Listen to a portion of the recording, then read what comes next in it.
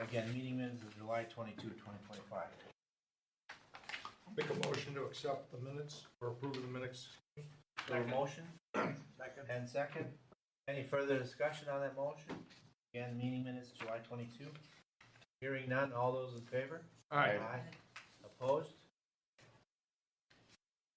Motion carries. Item number 4 is going to be, correct?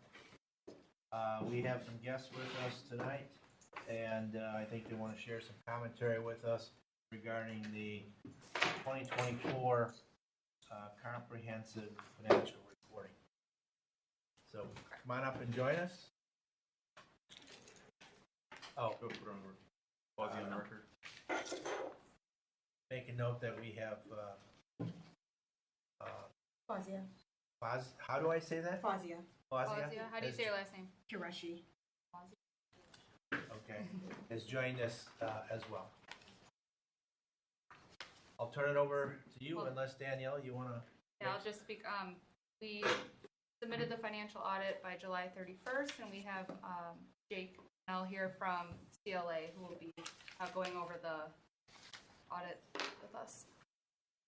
Sounds good. Well, thanks for having me in. I did put together just a high-level summary. Like it's up on the screen. Danielle, you mind just kind of flipping along as we go? Just a very brief agenda for you today. The comments are meant to be high-level.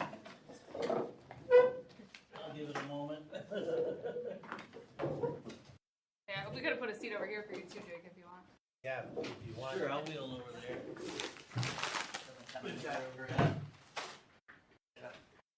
Use this one. The neck doesn't turn like it used to.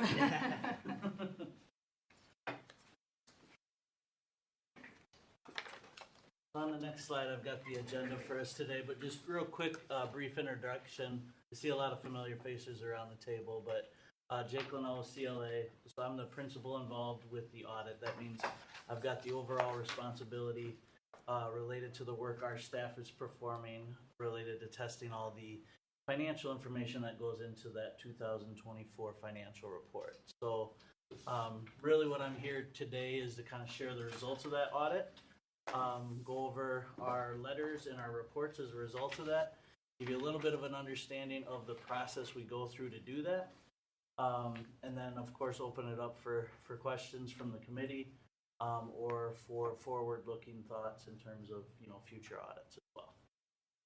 So just very briefly, I'll touch on the reports and the letters that we issue. I've got them listed here. Their focus is on the financial statements related to the year ended 12/31/2024. As Danielle mentioned, those are due to the state by July 31st. Those were filed on time. We also issued letters that go along with those. And we'll talk a little bit about some additional testing that's required for federal and state specific purposes towards the end of the presentation here. I'd like to focus first on the audit process, just to give you a very high level understanding here of what we're doing.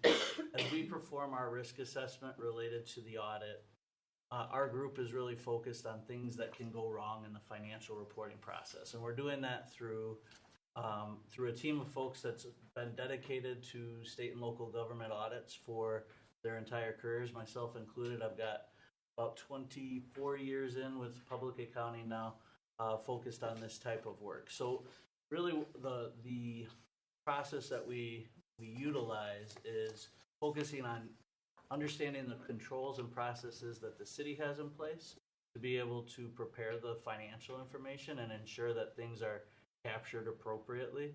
And then we're performing tests on those processes and procedures throughout the year, as well as at the end of the year, to see that financial information appropriately captures everything that occurred during 2024. So as we perform that test, it's not every single transaction. It's not a complete full analysis of every transaction that hits the financial statements, but it is focused on those areas of higher risk, focused on the more significant activities and account balances that affect that affect the city. So we do all that to be able to issue those audit reports.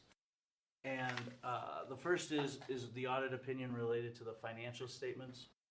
And what's listed here is that the financial statement audit opinion is an unmodified opinion, what's commonly referred to as a clean opinion. So that's the highest level of assurance that us as your third-party external auditors can provide that the financial statements are appropriately stated. And that's what's really required for your reporting within the state requirements as well. In addition to that opinion, so that's kind of like checkbox number one in terms of being able to accomplish the audit. In addition to that, we also issue a audit report that focuses on the controls that were in place to produce that information. And so anytime we have a recommendation to alter a process or incorporate additional analysis, we would include that in these reports. So we do have two recommendations as it relates to the work that we performed. One is focused on audit adjustments. We did provide a list, it's provided in the next letter that I'll discuss, a list of the audit adjustments that we included in our financial statements, or within the financial statement audit.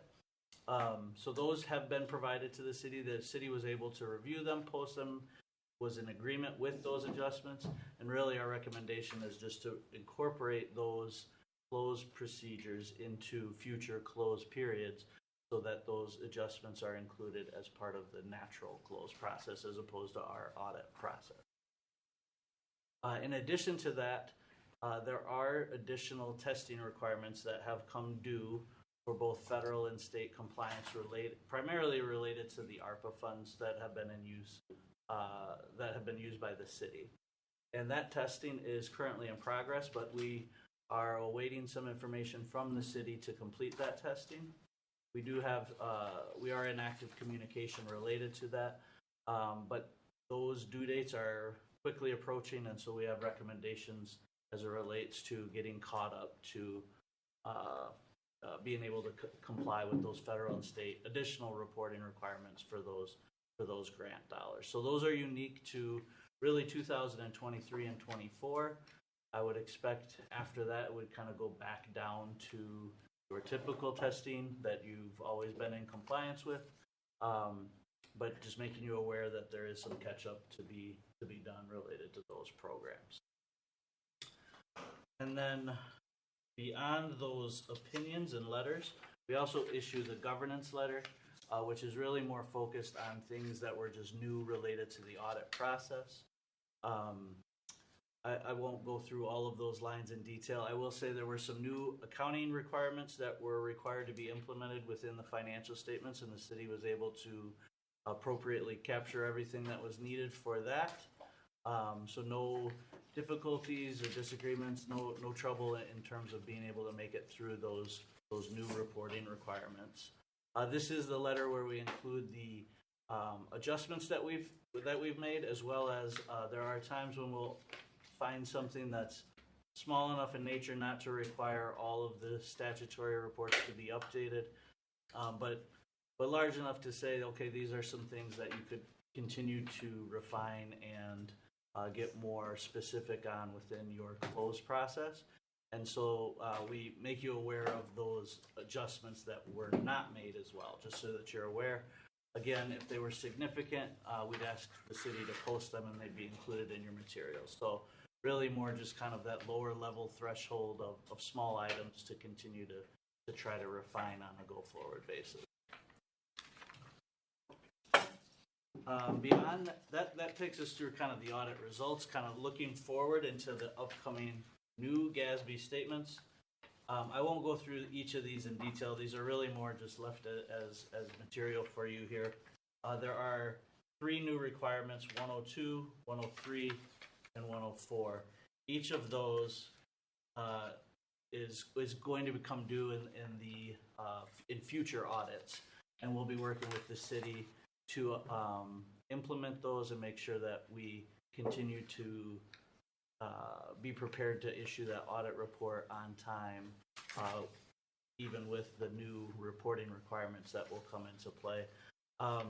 Most of them are not significant changes to what you've typically seen within the reports, but as they come due, we'll continue to provide that reporting and highlight any of the new changes as they become effective. You can see this last one is not effective for 2 more years. So there's plenty of runway here to incorporate, but just want you to know that those are items that we continue to kind of keep on the horizon and make sure it doesn't slow us down for issuance in future years. So I know I went through a lot deliberately there at a high level, just to keep things kind of at that sort of oversight level, but happy to answer questions, whether it relates to our work at the audit, the timeline, any of the recommendations that we have, anything along those lines.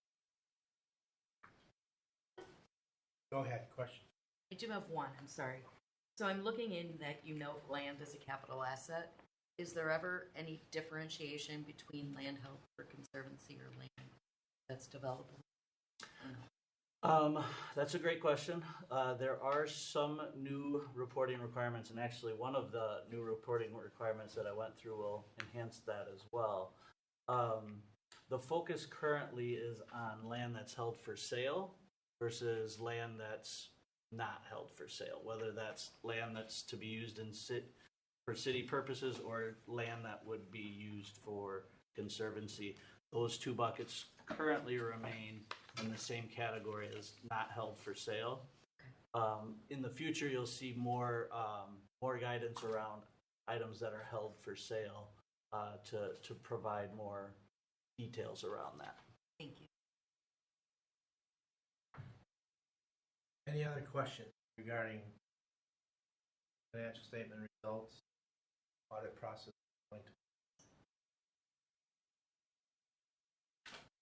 My understanding, it sounds like it's an improvement just overall in process and timing a year ago, so that's glad to hear. And as Tribute to your team Well, and your years yes, as well. yes, they've been extremely helpful, and as Jake said, still working through trying to get the single audits complete for 2023 and 2024. I'm currently working on those. To them, I know that we're not going to hit the September 30th deadline, and I know that we've talked about that, but just making that a number 1 priority is now that the budget is past Tuesday. That's what my team is doing now, so. Right. Anyone else? Otherwise, Jake, thank you for joining us. Appreciate it. We enjoy the relationship and look forward to it continuing. All right, sounds good. All right. Thank you bunch. I think the next step would just be to recommend the financial statements to council. Right. Typically, the finance committee, once we have this presentation and they're presented, is to, as Danielle said, make a motion to accept and refer to give you acceptance as well. Move. Second. We have a motion and a second. Any further discussion on the 2024 financials? Hearing none, seeing none, all those in favor of referring it to the common council? Aye. Opposed? Motion carries. Thank you again, Jake. Thank you. Thank you. All right. Now, in this, what we're going to move on to is 2026. If we cover 26 as quickly as we reviewed 24, but unfortunately, I don't think that's quite going to happen the way the agenda is set up. But nonetheless, let's move on to introduction of the mayor's 2026 budget, and we have the mayor with us. I believe you want to make some opening comments, statements, so the floor is yours. Sure. Okay, good evening, and thank you. So we put together this budget with, again, every year we hear the same broken record of the challenges we have. The challenges we have to not cut services.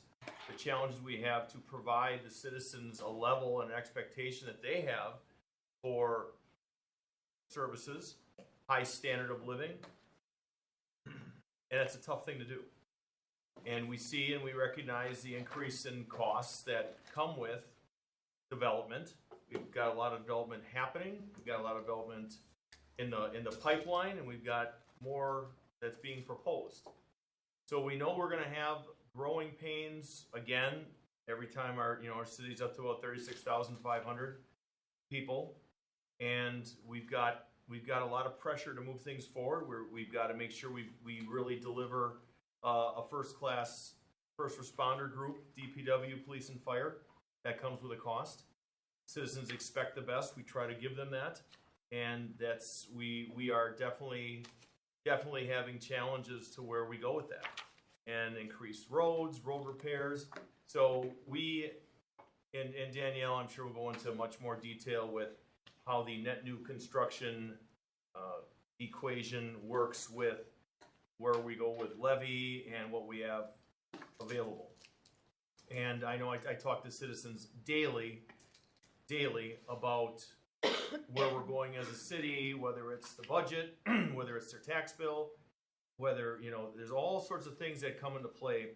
So we are trying to do with our 23 or 24% of our actual taxes that are paid by citizens to what we can put forth, when about 79-78% go to staff. So it doesn't leave us a lot for road projects and other things that we wish to do. We have to have highly trained, highly effective staff, or the city fails. If we aren't able to give the safe city, number one reason why they come, people come here, I talk to people all the time, Realtor Association, everything. They love Franklin because it's safe, they love the schools, proximity to downtown Milwaukee. There's all sorts of things that they come in, and then we try to balance things and put it to a budget. It's very tough, because as we want to give more, it's very tough because we've got to make that balancing act to make sure that we aren't looking to increase the taxes. Of the 5 taxing entities we have in the city, a lot of people don't know that there's 5 taxing entities, making sure that ours is a very tight and efficient ship. I'll leave it like that for now. All right, thank you, Mr. Mayor. Danielle, do you want to Yeah, I can start. kick this off and kind of Yeah. maybe just lay out So, what's going to transpire here in the next matter of meetings and a couple of weeks and so on and so forth?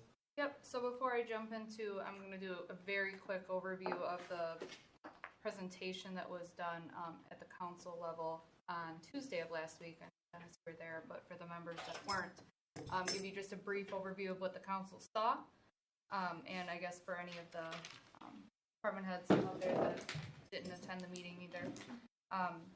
And before I do that, then I'll just say, so today, we're going to go over the presentation, the budget process, jump into the departments one by one, and then just give a brief summary at the end. And that's typically what we're going to do for each meeting. We're going to go through each department, kind of let them give their spiel, see what the recommended budget proposed, what we may be able to increase, decrease based on what's in there, and then getting down to the final day of recommendations to the council as to where we could make some changes to the budget.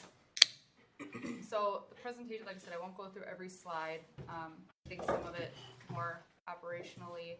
This budget, really demonstrates how we can maintain all services while delivering our staff the necessities that they need to run their departments. 78% of the budget is personnel costs, so that does play a big part into how we balance at the end of the day. And then obviously making sure that we minimize the tax impact. Know what the challenges are. So this slide is probably the most important slide for department heads. Balancing this budget at the end of the day was near impossible based on the increased costs of wages, benefits, operational needs, and this is not even the capital piece. So ultimately, coming down to how do we balance this, the city needs to come up with an extra $1 million. And so that has been a huge challenge for at least Kelly and I and the mayor going over the last couple of weeks, is how do we minimize that $1 million and what does that look like? So going through the revenues that we expect to help cover some of those costs. The main revenue source that we have is our tax levy and then also state shared revenue. So the tax levy this year was able to increase by 2.26%, which was our net new construction percentage. Ultimately, the entire levy could potentially be increased by $529,000, but I do make that clear that it's split between funds. So that does have to somehow either all go to the general fund, or we increase a little bit to the library. We also have to cover our debt service payments, and then we have in the past put some tax levy towards capital projects. And in this case, we kept the street improvement program flat this year.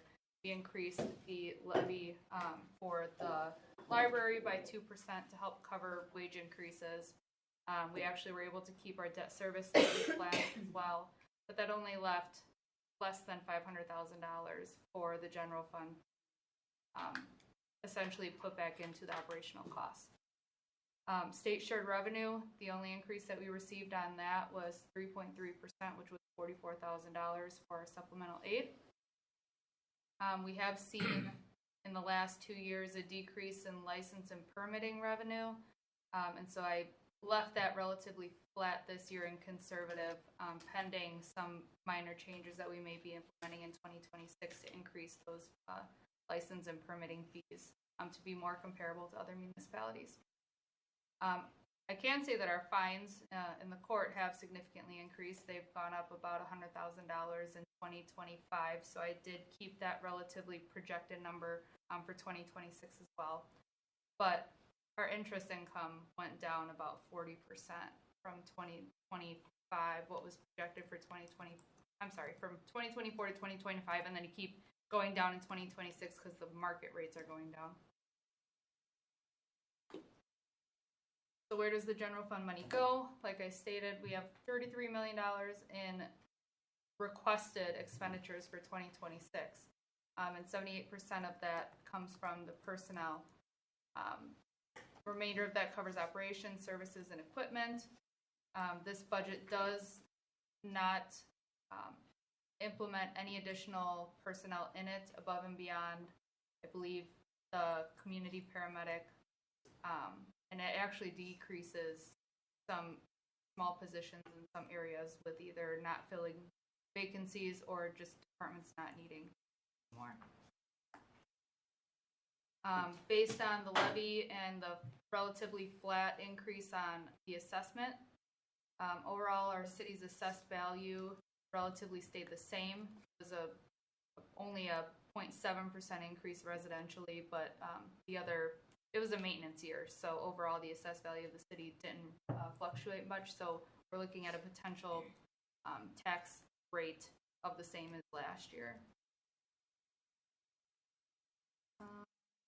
We want to keep our bond rating, so this budget at the moment does not include any debt borrowings, but we do know that there may be some crucial borrowings that we have to do in 2026 based on capital needs. We just don't have that finalized yet. So we didn't include it at this time.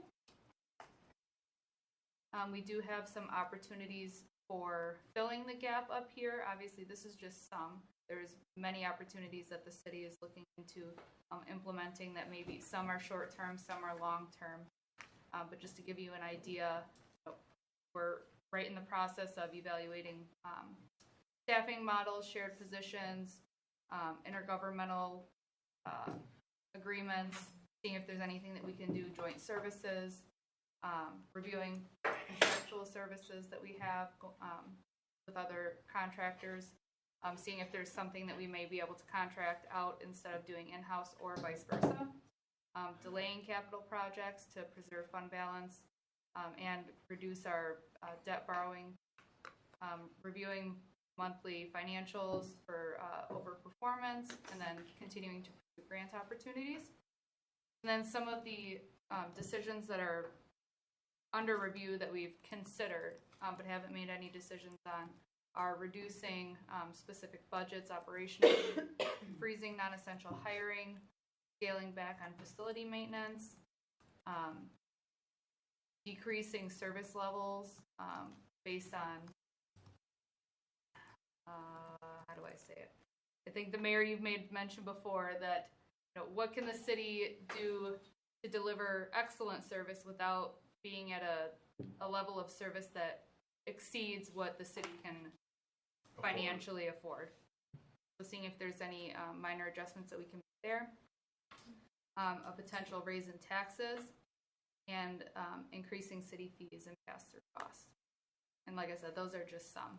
We have considered other ones, and I'm sure there's other ones that we haven't even considered. So if anybody has any ideas, please let us know. And I think that's probably it. Overall, operationally, we have multiple funds that play out with this whole budget. It's not just the general fund. I see some people in the room, you're not just in the general fund. You have grant funds. You have solid waste fund, tourism. And so there's other funds that feed into the overall budget that have to be balanced. And I will stop there. Kelly, that was overall the high level pretty much. council overview. Like I said, I think the biggest challenge that we have is just trying to fill that $1 million gap and what that looks like. So from that. Okay. Well, I think you're getting the message already. The story seems to be a continuation of every year costs going up at a rate faster than the revenue growth. Right. And Franklin, to its benefit, still has revenue growth. There's land available and people are interested in that land and developing that land and so forth. There are municipalities that are fully addressed. I mean, their squeeze is even more profound. So with that, I think we're going to go ahead and start kind of this review process. And I think we've got a list of various departments that we hope to hear from this evening. Danielle has put that together, and am I looking at it right? Or is there a specific order that you? I have the order right there. So I passed out 2 sheets to you. One is the agenda with the actual page number, so you can follow along in your binders. And then the paper clipped documents are, as I was going through the budget, there was a couple things that I noticed that had been missed out of it, and one brought to my attention by the fire chief. Thank you. So the first one is the personnel request for the fire department, so you can add that to your section 1, along with all the other personnel requests that were submitted. And then the other document that I have is you can add it to your section 7, page 206.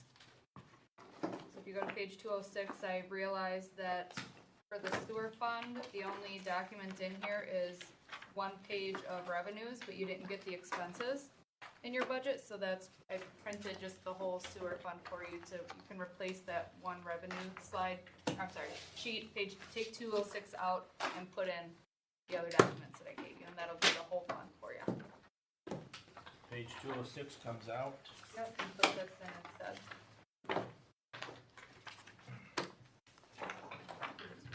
I do.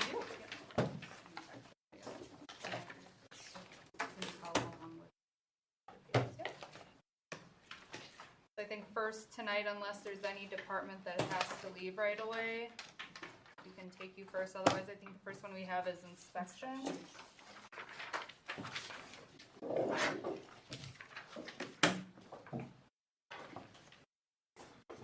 Didn't we do that last year? It was your first year. We put you the first one. Yep, second year. Now you're a pro. I'm pro maybe. Good evening, ladies and gentlemen. Justin Lagaki, Director of Inspection Services, and the Chief Plumbing Inspector. Doing both roles. I'm doing that for over a year now, 2 years maybe. Kind of a repeat as last year, not much has changed. I mean, the only thing additionally that I'm asking for is some additional fees in the education supplies expenses, because the new building codes should get adopted later this year or early next year. And I'm going to need to purchase some new IDC codes books and more than likely additional training, more than we have in the past. to keep up with the current codes and whatnot. Other than that, I mean, mine's pretty cut and dry, pretty simple. Any questions? Absolutely. I'm assuming this is what you were just talking about, in the expense items that we have, 5219 was for $10,000, but there wasn't a description. Is that for the code book you were just referring to, or 52. it's other professional services? You would ask for. That, that has been asked for the last couple of years. What we used that for is when we had to hire out, like an electrical inspector, Like a contract. a separate contractor. We used the funds for that. Is it We just also sort of took a- it out of the sundry account. But we haven't touched that 10,000 in the last couple of years. I just kept it in there in case, okay? You know, thankfully, It was we just found kind an of like electrical a inspector. pass-through, this- but you have, I yeah. see you haven't used We it. found an Okay. electrical inspector, started a month ago, but who knows with, things may change. And I would take it out of those funds if they were there.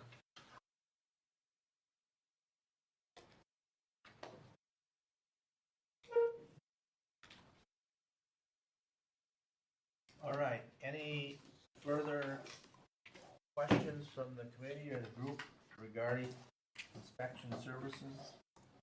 Again, that detail is presented on page 117, a head count of 9 personnel total, it looks like, as you said, not 8. changing. We have 8.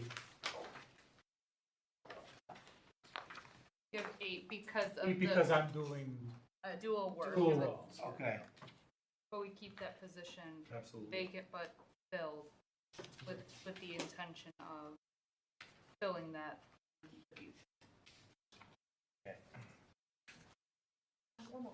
Absolutely. What, do you know offhand when the last time your fees were reviewed and adjusted? These were reviewed in 4 years ago. 4 years ago? I have been working on that. I have, as soon as we get done with this budget season, I'll sit down with Kelly and Danielle and go over that, what we can raise it. We are very comparable to, if not more than, most of the municipalities around us already. We are lower in some, okay?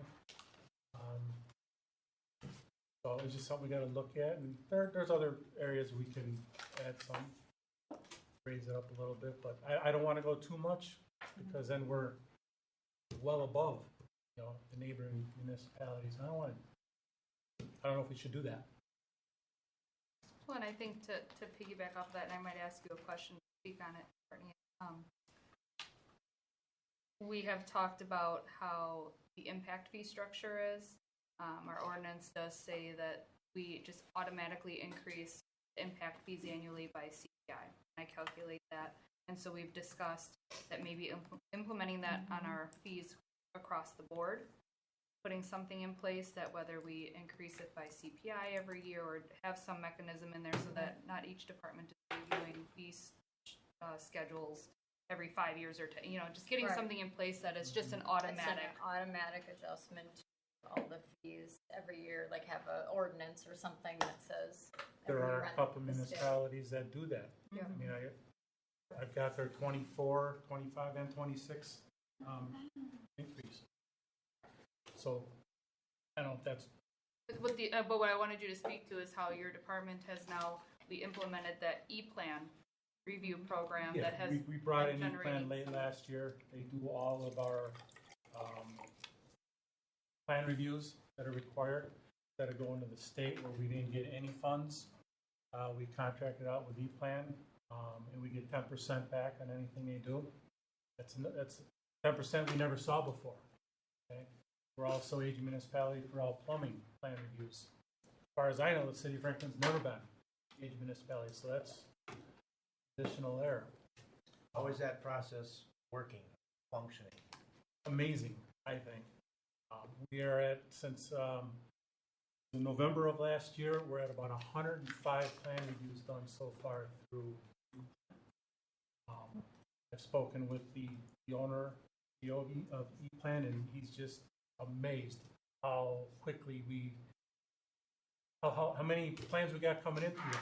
There's municipalities nearby that are maybe 10, 15 this year alone. It seems like everybody's going to there, it's working out, and it's revenue that we never saw. So they have staffing available to handle this variable Yes. workload, which they can. And they guarantee 15 business days. The state's 3 months out now. Not only is it, it's helping the contractors get their projects going quicker, it benefits everybody And the quality of work. better than states. I've seen that on the plumbing plan reviews. Really? It's a lot of rubber stamping with the state. I mean, no knock on them, okay, but it's more thorough, detailed, better notes, code safety. So it makes our job easier when we go out to do the inspection. Right. Less time we can focus, spend more time on other things or whatnot. It's been a benefit. Well, and the whole idea is to get the best quality that we can, right? I mean, it serves the customer, the client, city. Well, good to hear. And I haven't spoken with Kelly or Danielle yet, but I have something else I'm working on. And again, once the budget gets done, there could be possibility for some additional revenue. There's a local municipality that wants to use us. We can help them out. If we can staff it. So. He's looking for January 1st to start that, so it's more revenue coming in. Okay, and With in kind of going along with that, with the e-file and being able to have a much more, I think it sounds to me like you're getting much more of a directed approach of what to look for when you go on site. So that way it's not just the big picture, it's very much, these are areas that would be of concern, correct? right. What I've seen on the SPS plan reviews, it's must be installed per the approved plan. Whereas E-plan will call out, will give you code citation, tell you what it's supposed to be, not how it's supposed to be installed, but this is code, here's your citation. You didn't get that a lot. So with that said, is that making your department much more efficient and being able to process more applications then and being able to work through those inspections at a quicker rate? It's allowing us to spend additional time on the inspections, being more thorough, not just going in, I got 10, 12 to do, blowing through them. We're getting a better eye on things, making sure that it's being done up to standards of the code. Yeah, efficient, able to issue more or process more permits. We can only process as many as come in. And we can't make up permits to process. So I don't know if it's allowing us to. So the speed is being much more efficient. Is more efficient, and the quality of work is much more enhanced than what it was before this process was put in place. I believe, yes, absolutely. Thank you. The inspectors aren't spending half a day, maybe even a couple days, doing a plan review. Then they got to go out, do inspection. Where was I in the plan review? Okay, it's time. Time is money. Yes. Okay, I'll yield. Oh, I was going to just add on to that, which was being more efficient and more thorough. You can't have more permits, right, than are coming in, but it does open up an opportunity for another municipality, right, because Yes, it starts to build up. We're busy now. We're stretched thin. We have to talk about this other opportunity. Yeah, it would allow us, absolutely allow us to help that. How is the revenue reflected here, Danielle? That's just the expenditure side. It's in the general revenue in section 1, but I was It's just just headed that up. the net amount that goes through. We're not booking the total fee from them. Is that correct? And then We get 10% and it's just going right to the general fund revenue. And we've received about $5,000 so far. It's not much, but it's No, but money it's we never money saw. we never saw. Helps offset Mayor? training. Comments? So, yes, so I probably on a daily basis talk to most of the department heads, but when we speak, because right now there's a lot of redevelopment in the pipeline, whether it's Post General that's gonna get taken down, Highway 136, we got 27th and Ryan and Buckhorn, so there's things, and when talking with Justin with some issues, if you could briefly just say your idea that we implemented, which was bringing staff together, do some cross-training, and how that's been effective this year. I believe it's been a success. When you're talking about bringing, we talked with some of your employees that we had different areas like Schleter and such, that they had a different workload and added workload because we had that struggle. So Yeah, you wanna just I mean, touch on that? everybody in the department is taking on additional roles. All 3 roles up front, know how to do everybody's role. Not thoroughly, but they know enough, somebody's out, they can be dangerous and, fill in for a couple of days.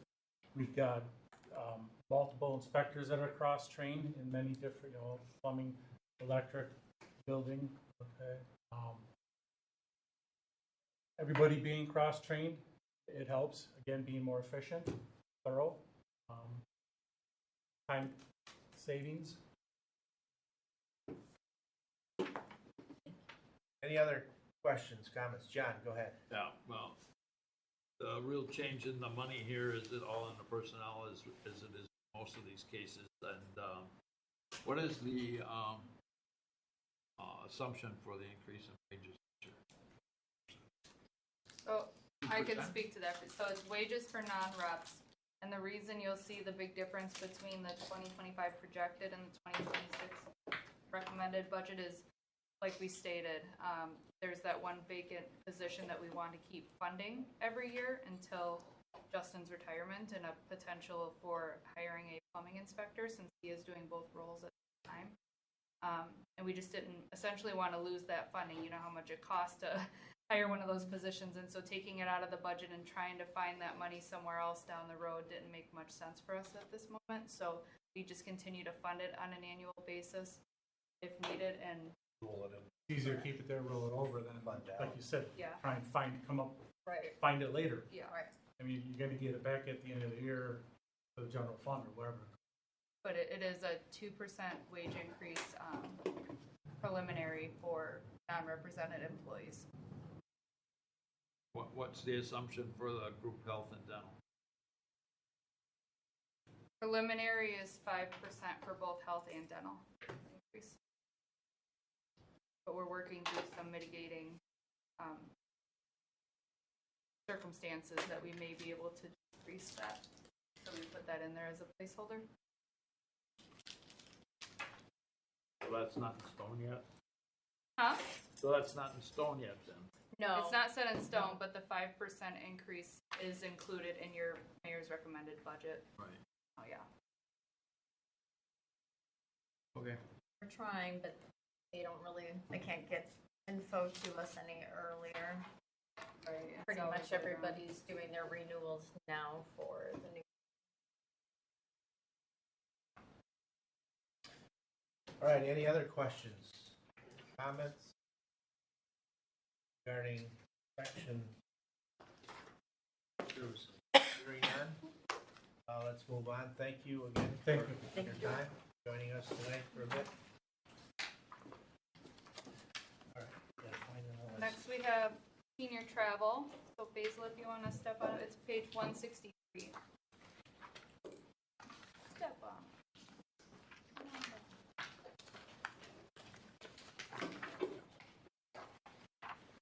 Passing out a little bit of history on the travel program. There's all the rubber walls and stuff. I didn't even bring it, did I? 163 is the budget part, but a couple pages before is the overall summary that we have.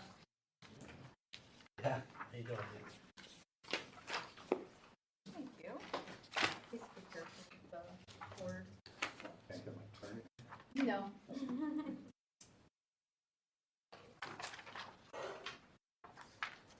We have to cut costs here, not raise them.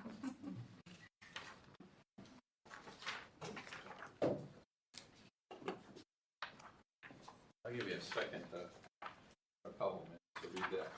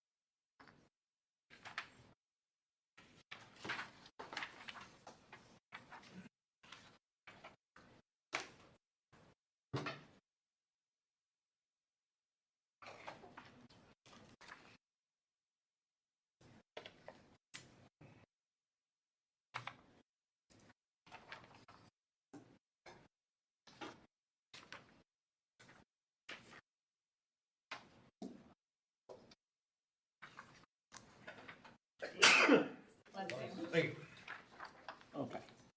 Just quickly, so I'm at a disadvantage since I didn't see what the proposal was for the senior travel program this year. If it's the 22, or if it was, because when we appeared before, that's why I put kind of the quote. That was a one time, and they had to pull it from another fund to give us this year's. So I don't know if I'm here to argue for that also, or, but I wanted to take the politics out of that program. Politics have been involved in that program for a long time, because as you realize, there's another group that's called the Franklin Seniors.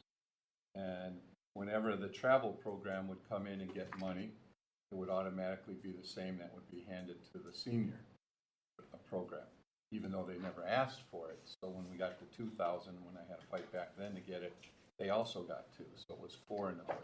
So just to keep the 2 so everyone realizes, the 2 programs are separate. The travel program is a partnership between the city of Franklin and the community of seniors. And how that works and how I put it together was the city pays for the buses based on a budget that they set aside. Back then, as I put in there, I set $10,000 aside back in 2001. And then that was every month they went on a trip. But they were kind of limited because then it was 1 trip and 1 bus. Now we take on numerous, we don't have enough money in the budget to do a trip every month because our transportation is increased. We're taking 3 buses now filled with seniors.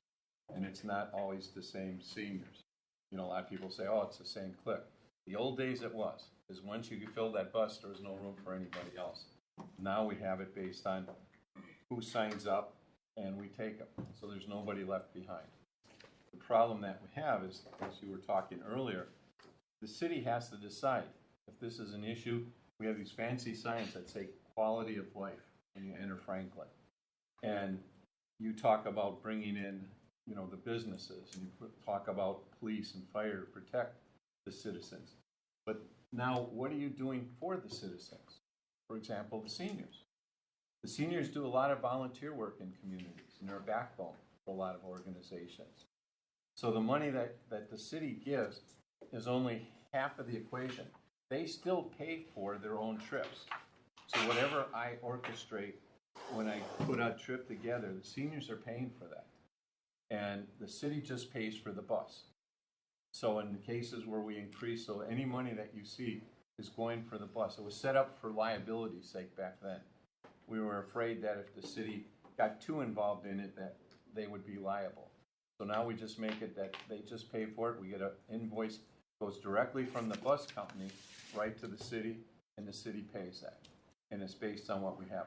Last year was problems where they had to do the emergency money that they gave us. Like I said, I don't know what it was in this year's budget, what the mayor recommended or anything to you.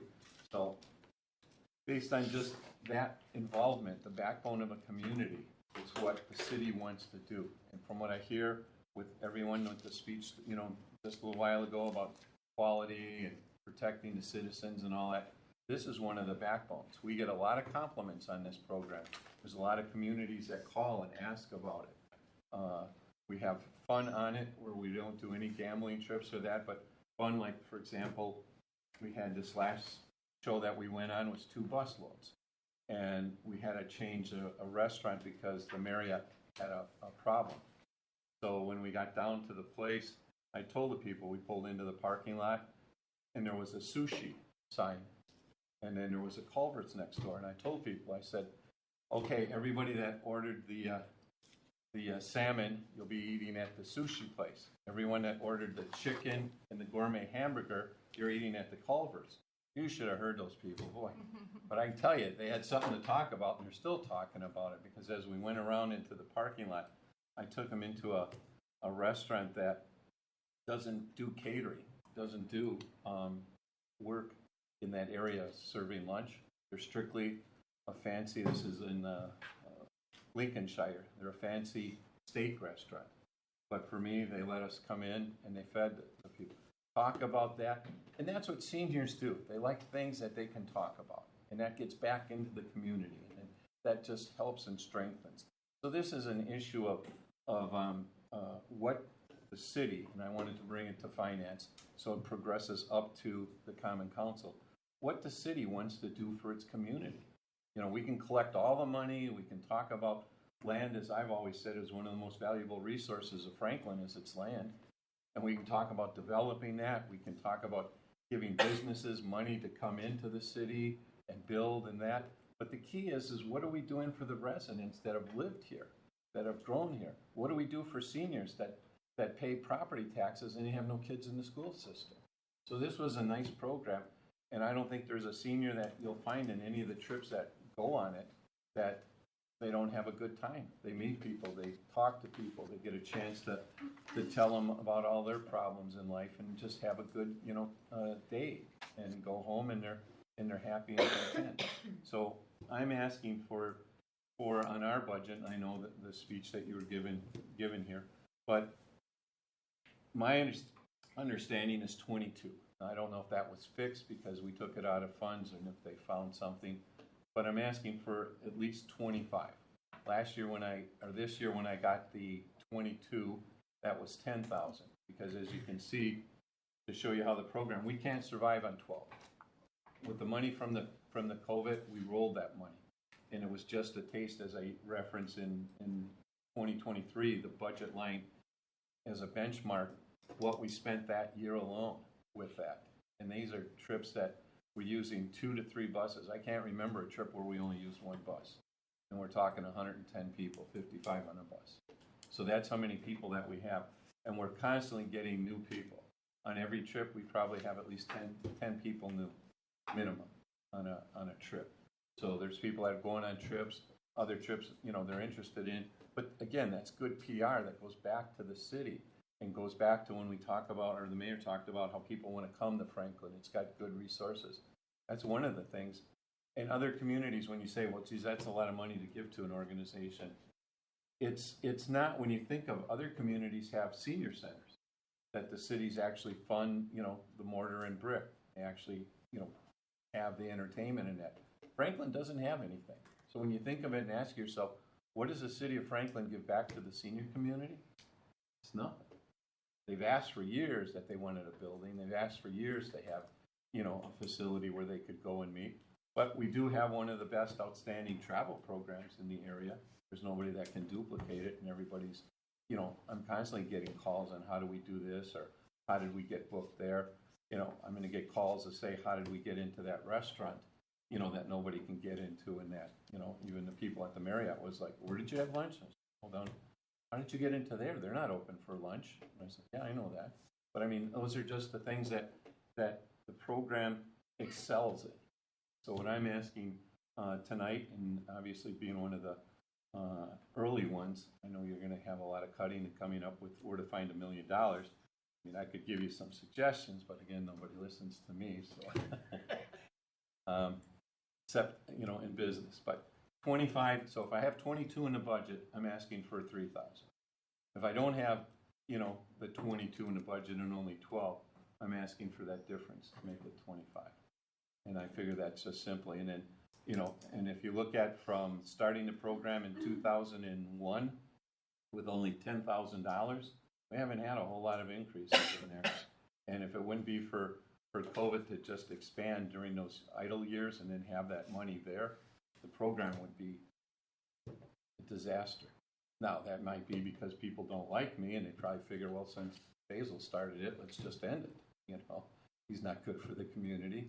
But it's a community that gives back and constantly has people that are talking about it. And that's what I think we need. So I'm willing to field any questions. Not a question so much as a historical comment. I recall under a few mayors ago that there was a referendum on the ballot to fund a senior center, and it was largely supported, but it was worded in such a manner that it ended up being the school board or the district office. I'm going to go into politics, as I said earlier. No, I'm just saying, I recall that referendum was on the agenda, but then that was transferred for another purpose. But was it for the school district or for the city? It was originally the referendum read for the senior center. But see, that's where the politics have always Yes. come. Years ago, the city of Franklin would give $150,000 to the school district and said, run the rec program for us. When I got involved in politics, I started digging into that. And the city of Franklin was given $150, but you had school board members that were going on the trips into Las Vegas for a conference. You had the school district that was buying equipment, exercise equipment for seniors that the football players were using, not seniors, because the seniors couldn't get into the room with it. There was a lot of that waste going on, and that when we started questioning that, or I should say all of a sudden the school district said, we don't want it. We don't want your money. We'll run our rec program ourselves. You just handle it. And they literally gave us back the $150,000. And that's where the money then was set aside that we ran travel program at least. The school district ran the rec department where there was no interference from the city. We didn't ask questions in that. And the city then just picked up the travel program, ran that, and also the senior luncheon in there. So that's where the separation came. So whenever you want something in this community, KAGON is for the seniors and you get. Is there involvement, Basil, between the two senior groups? I mean, in terms of planning, activity, orchestration? I'm just curious how they coexist. We'll say this. I help draft letters for them. I'm not a member because I keep the two separate. I give them helping advice. Prior to that, there was an individual in there that we couldn't agree on day and night on, and I think Dennis, you'll know who that is. But recently now we've done it to better form. It's a community for Franklin, and it's the seniors. As far as activities, they're pretty much centered on just a meal and activities during that meal process. We expand ours and that's a couple hours, day. And if the mayor wouldn't eat so much at that, they'd probably have a little bit more left over. But, ours is more of a day activity where you actually get people out, they get to see places, they talk, they intermingle on the bus. We go to the events, so it's more of a whole day with the travel program versus once a month with just a meal program at the bowling lane there. And usually they bring in entertainment to try to get somebody to sing, play, and then they'll bring in people to talk about something. As long as it isn't about retirement funds and things like that, the seniors, they're not into that. The mayor now talks about new things coming into the city, and that they're all up on that. Just your typical senior. They want to know what's going on and that. So there are two different entities. They're both separate. The one has a board in that. Ours doesn't. It's a partnership. Ours is with the city. The other one is basically the city gives them money in the budget for meals, and I think they do a picnic if they can. Ours is just the city pays for the buses. We pick out, and then the seniors pay for their own meal on the trip and the ticket to the program. We did a couple years ago where we took a tour of the boat tour of downtown Chicago with buildings and architectural and that. We've been up to Lambeau Field. Some of them have the Super Bowl rings that they're wearing. That we had one of those brought in, and they could try it on and have a picture taken. So ours more of a day activity. We don't use the January and February for travel, only because I don't want to take a chance with a senior slipper or falling in one of the parking lots. And then December, we'll try to do early December, nothing past the 10th of December for the same reason. So. Excellent, thank you. Yes, Mayor. And then we'll I'll yield to okay. the woman. Thank you, Mr. Ryan, for the presentation. I just wanted to, because you alluded to it times, I just wanted to tell you what the number was that we're all looking at in the budget. So the recommended budget is 15 for this year, so you know what the number is. Okay. That was in there. The question that I had was about the busing. Do you use the same company every year, or every year do you kind of call around to see who might have the best rate for the bus transportation? Do you change companies per event, or how do you determine who the busing company is? We use Badger We've used Badger, we've checked. Occasionally, we'll double check on there, but Badger treats us really well. They'll give us a full-size bus if we've got a small group or something. When I say that, a lot of times we'll have an odd number. You know, you can get 55 people on a bus, but say that third bus or something, we're only going to have 30. Well, they'll give us a big full bus, but they won't. They'll charge us their smaller rate bus. Even though on paper those buses are already contracted out to University of Madison, so they technically don't have them, but they'll give us that rate for that bus that day. So we haven't been able to figure, because bus companies, there aren't that many, you know, of them. I mean, you can see these private ones, you know, that you see, but other than them in Right Way or something like that, where we've checked, they can't give us the service. Drivers are outstanding. They're good with the seniors as far as helping them on the bus, off the bus. So it's a good company. But yeah, we do service-wise. If I complain, like, we're probably the only ones where we get the bus driver we had was an excellent one. You'll see him occasionally on the news and that when he retired. He was great. He'd check out the buses ahead of time, make sure everything worked. They'll take care of the meals. Like, all seniors can't eat everything, so they would, you know, write down on there, put them on their seats and all of that. So they go that extra mile. So on that, but yes, we do check. The thing is the other problem you have is you can get someone cheaper, but then we found availability. We need a bus and they couldn't do it. Badger, because we've been with them so long in that, we need a bus, they come up. So with Badger, then you don't need to reserve them, like, the year in advance or whatnot, you can kind of. No, they already know. For us, they already tentatively have buses set aside. We'll call them at the beginning of the year and tell them what programs, you know, that will be going on. And then we'll reserve, say, 3 buses. So they'll let us do that, even though we might just go to 2 buses. So they'll work with us. So they've been real accommodating to working with us on our schedule and availability and that. But we do check, and in fact, we called one company. It was 2 years when COVID broke, just to see, and they told us they couldn't believe that we were getting that price, and for that price, we better stay with them. And just the last thing I'll say, which is not directly related, I mean, it's related to you, but it's kind of just across the board comment for all of the departments we're looking at, is we have to be real lean this year. So we're looking, you know, everywhere we can to find, you know, a few extra scraps that we can pull back for other things. So I think one of the challenges that we have is everybody likes the nice fun things to do, but we need to make sure that we can pay for the things that we have to do first. So it's just kind of my general comment overall, is that there may be some pulling back on some of the fun things for the next little bit, because we don't have it, and we need to make sure that we are paying for the things that does need to go forward. No, if I can comment on that, let me ask you this. What is your job? Isn't it to protect the residents and to take care of the residents of this community?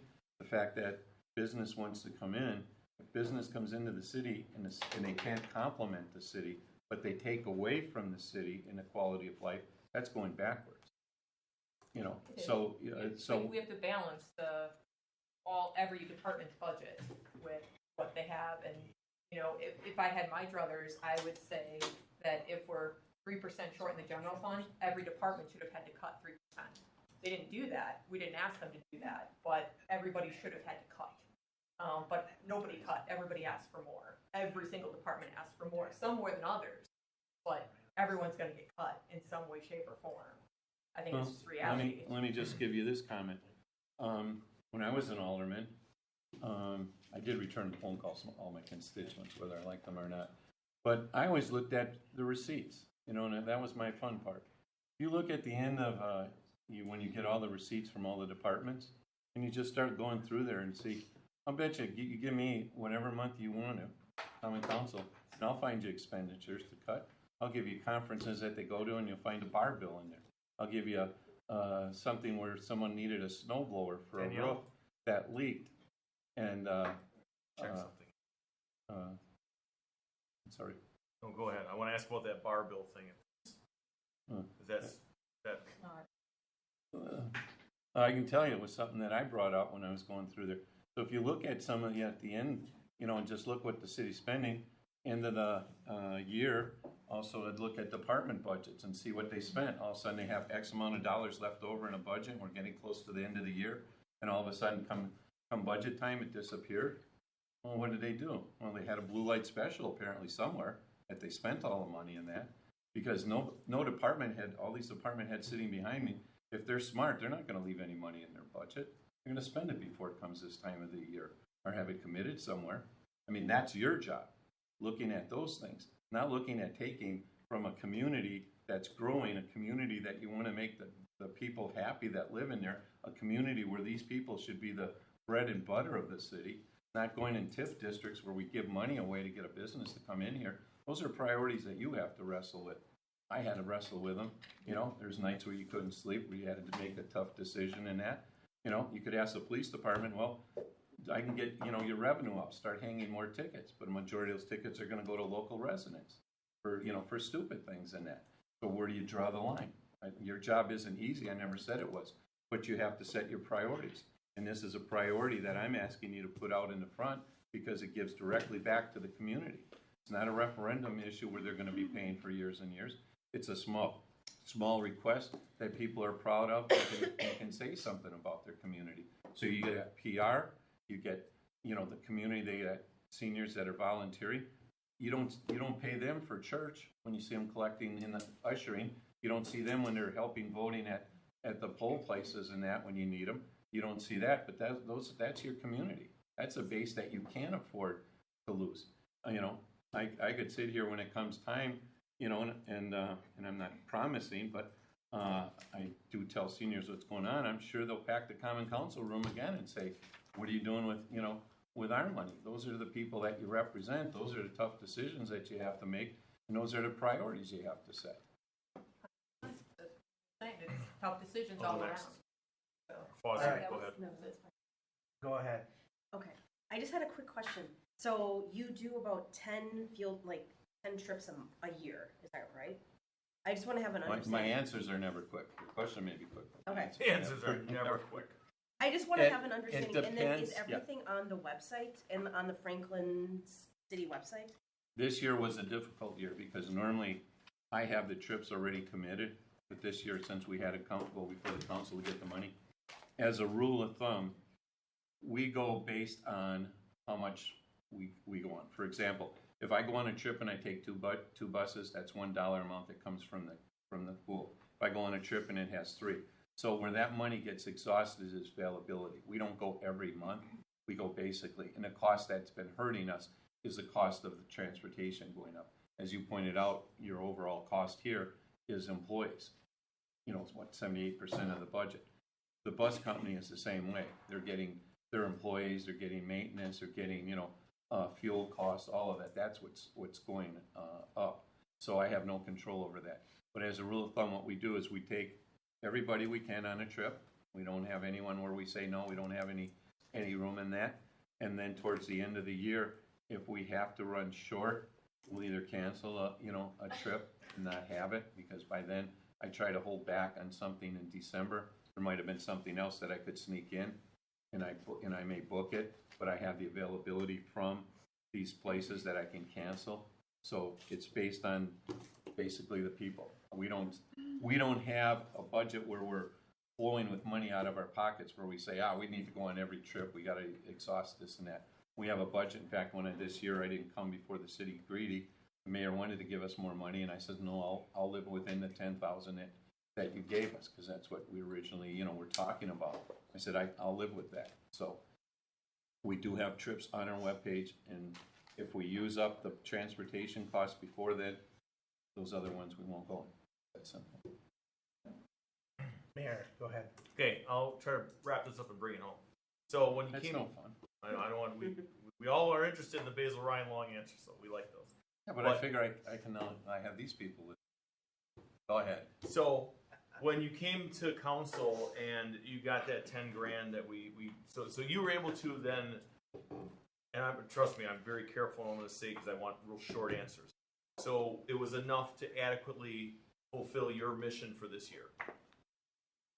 that $10,000 that was added was able to get things done for this year? It was able to budget what we had in the past, but as far as our mission, no, because costs have gone up.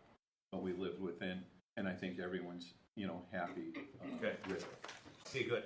So when I joined the Franklin Seniors in Now stop. February, Two the different Franklin organizations. when I joined in February of 2023, and then I got elected in April 2023, I started bringing a department head with me every first Wednesday. And I come to every first Wednesday lunch.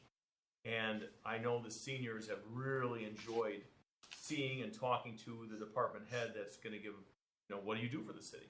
And that's a big public awareness piece and component of this. So, and I want to make sure, and it is growing. You're right. I mean, it's growing every month. There's more coming in. I just want to make sure that when you present a number, that we can hang our hats on that number for 2026. And you're confident the number you presented would be. Yeah. Okay. Good answer. As I told you for this year, I'll do it. Okay. Thank you. That's it. Any other questions? Thank you for that commentary, Basil. We appreciate that. Hey, Dennis. Hearing no other questions, I think we'll go ahead and move on. Thanks. See you next Wednesday.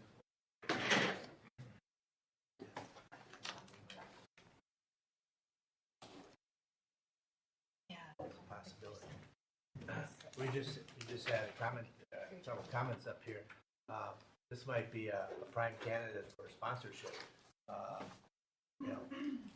$10,000 donation or gift from somebody that in the community that's looking to get their name out or whatever in front of 100 people every other month or whatever. Basil talks about Badger. I know those folks well in my retirement, and trying to be retired. I do a little bit of motor coach driving. I mean, we put advertising right on the side of our motor coaches sometimes for the college, the university, teams, whatever. I mean, you've got a couple $100,000 vehicle rolling down the highway with advertising that anybody and everybody can see, and same thing while it's parked. So there may be may need to think outside the box a little. But let's move on. Who's next, Daniel? We have health, page 153 to 157. Health Department. Hello, everyone. Hi. I'm Lauren Gottlieb, Director of the Health Department. Happy to be here to talk about the 2026 budget request. Overall, our health department has no capital request, but we did request $1,300 in our operating budget, focused on contracts, contracts, printing, and mileage. Primarily looking for an increase in contracts because we do support billing services through our immunization program.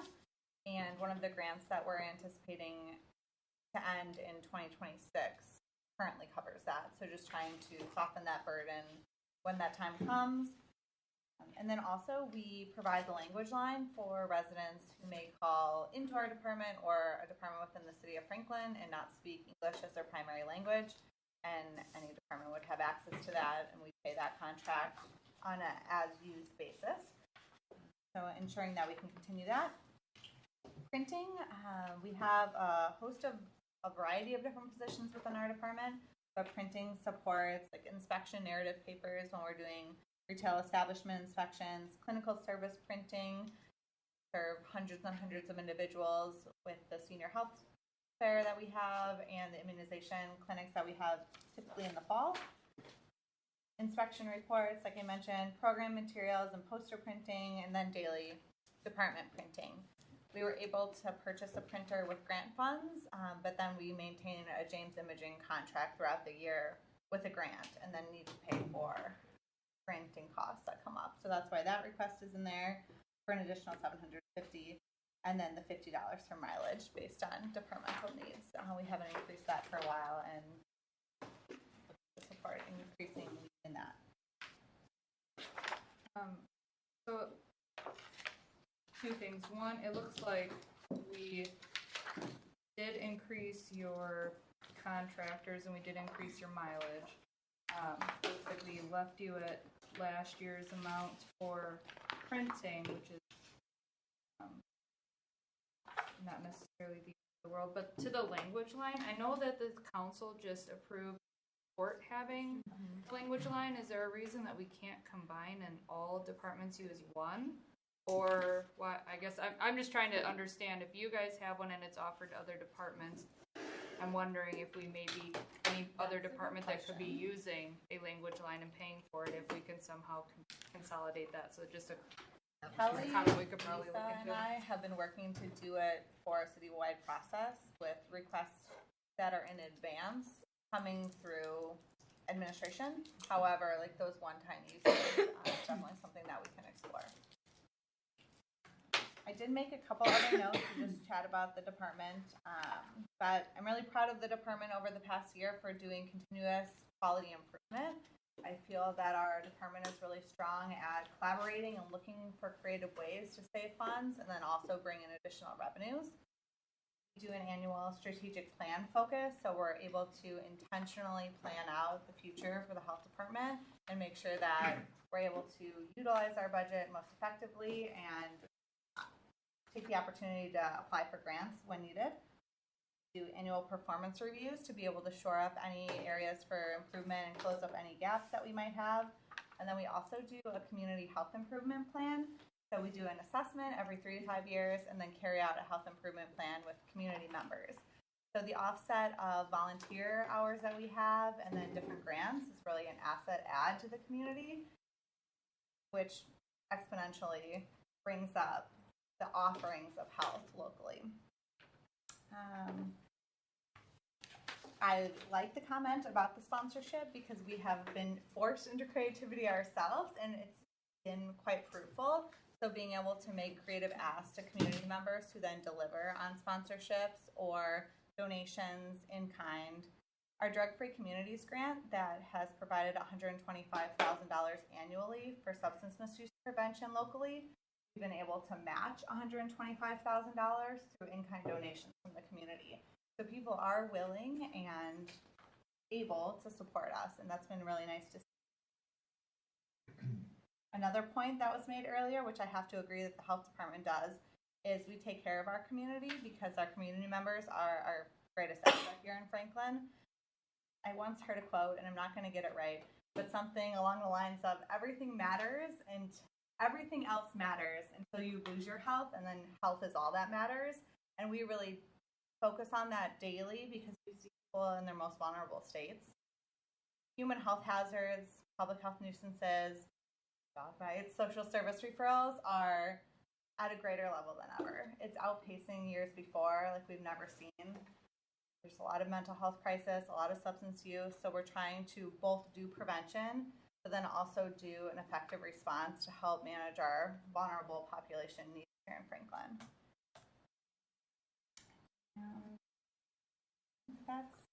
And then the only other thing that I wanted to add is that we do offer programs to seniors here in Franklin, and we usually do about 5 to 10 every year. So we support senior health through the Health and Wellness Fair. We also do Free from Falls, Stepping On, Mind Over Matter, mental health initiatives. We offer volunteer opportunities for seniors as well. So that's just another fun way that people can be involved.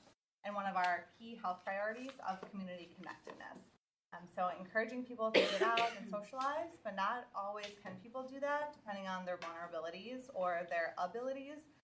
So we are creative in that sense of how we can reach populations that might not be able to come around the table. That's all I have. Quick question. This would be a perfect department head. Has she been with you to the senior monthly Many times. get-togethers?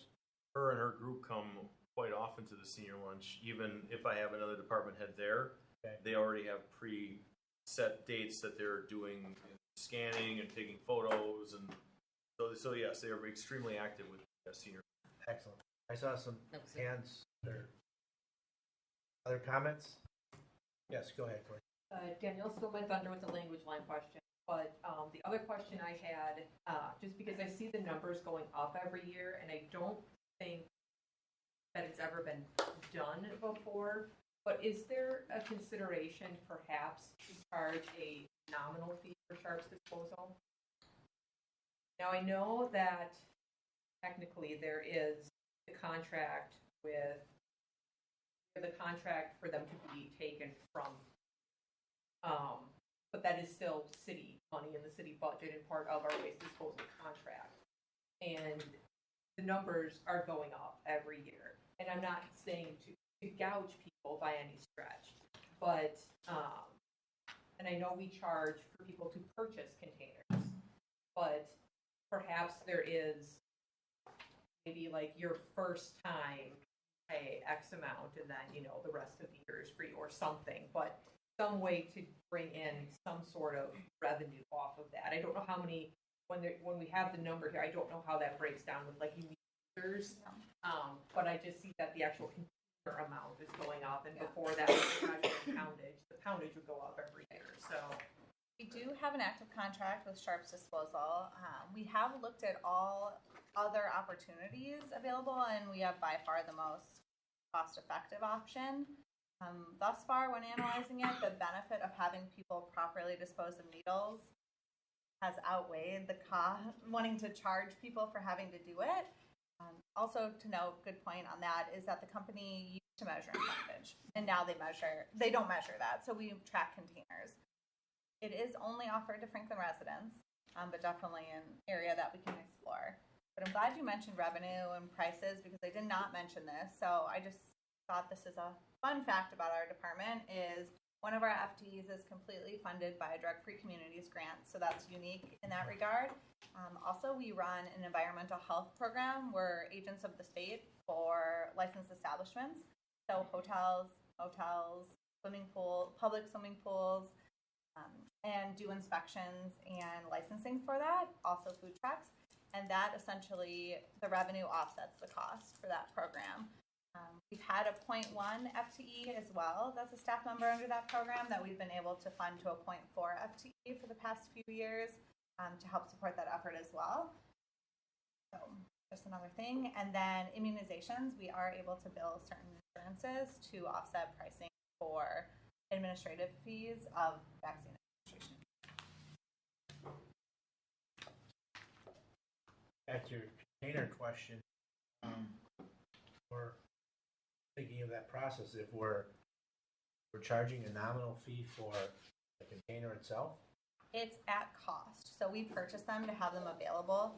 People can turn their sharps in a hard-shelled laundry detergent container, so not like Tide Pods, but like a very hard-shelled one that liquid would be in. Yeah. Or they can purchase a sharps container because you cannot dispose of your sharps in the garbage. So to avoid that, we want to have a really accessible, easy way for people to know how to do it and effectively manage that so they don't have old needles laying around. What's going after is not a money-making category necessarily, but you may think about rephrasing how you do that and include the disposal in the acquisition fee. So if the cost is X, you go X plus whatever, and market it that not only a container and its usage, but the disposal as well. And you know, you're not doing separate costs when they bring it in or trying to collect something or whatever, but you're just providing the full depth of service. Question here. Yes, sir. So with the health department being at an elevated level for the state, which congratulations again. Yeah. What does that mean in terms of grant distribution? Does that elevate the amount that the health department will get? Same thing with any sort of state and or federal funding. It affects state funding, state pass-through dollars to us. So in achieving level 3 status, we receive more grant funds from the state level, and the formulas change across the board. So some of the grants are population-based, vulnerability-based, but some of them are level status. So that's about 4 that affects, and we will see increased funding starting as early as this past July of 2025. So we do have some increases in grant funds. We have a little over a dozen grants that we have already received for 2026. So while that's more of an administrative burden on myself and our staff to be able to manage that grant fund deliverables, it's also a great benefit because like tenfold the finances then that can go towards those health outcomes for our community here in Franklin that we have to meet anyway through statute. Thank you. Other questions, comments? I have just one more. Grant Coalition Coordinator. Most of that is being applied to the state, I'm presuming? Or What do you grant mean by that? application? The Volition Grant Coordinator, that position, that's federal. I don't know if I understand your question, but that grant is funded through the CDC, and we receive those funds here. The City of Franklin Health Department is the fiscal agent for the coalition. So we have an individual who serves in that role as a 1.0 FTE for the health department. That's not a person writing the grants. No, they work to coordinate the activities. Got it. Answer my question. Anything else, Health Department? Hearing none, thank you very much for joining us. Appreciate the information and the update. Moving on, looks like animal control on 115. No, we really don't. And They didn't show up this week. Huh? I said that they didn't show up this week. We can go to planning. Planning, page 165 to 160.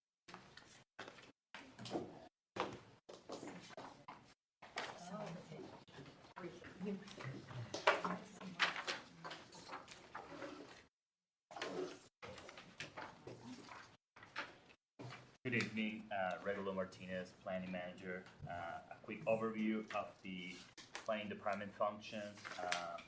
So we review applications for new development, like site plans, conditional uses, plan divisions.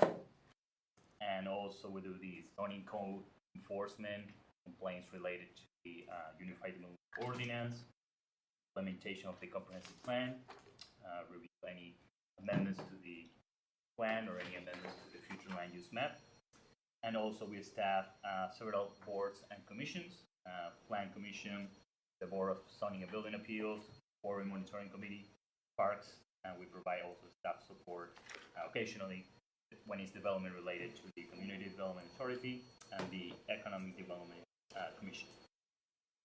We added a new function last year that we assist the Inspection Services Department on the review of building permits when it relates to compliance with the Unified Development Ordinance, right?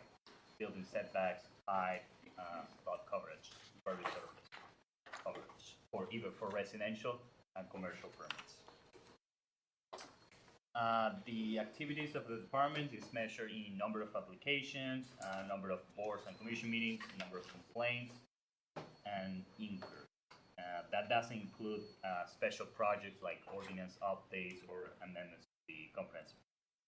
And we expect a 5% increase for the 2026 budget.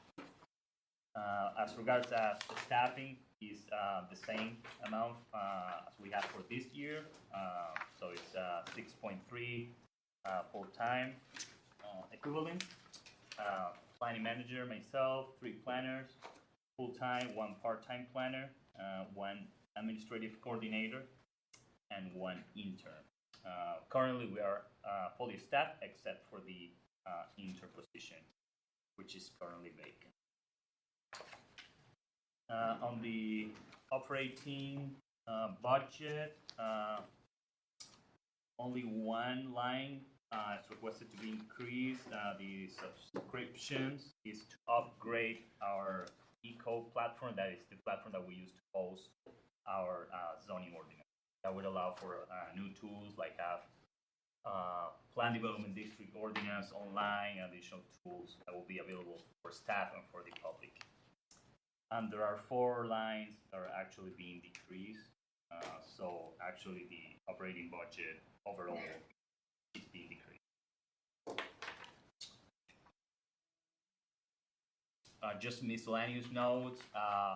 We updated the fee schedule last year, and then we observed a 40% increase on the filing fees revenue.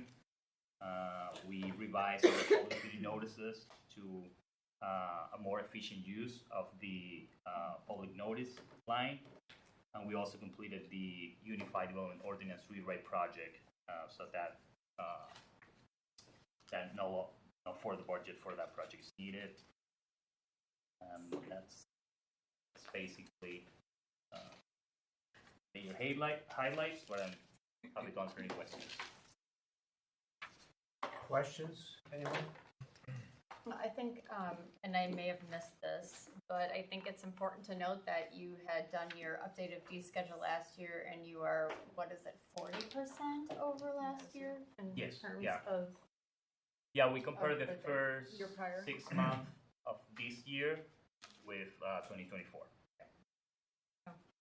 it's doable. Thank you. Mayor has a comment.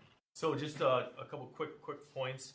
Number one, now that you're fully staffed, I met Rose for the first time, and that's because you do have a lot going on down there.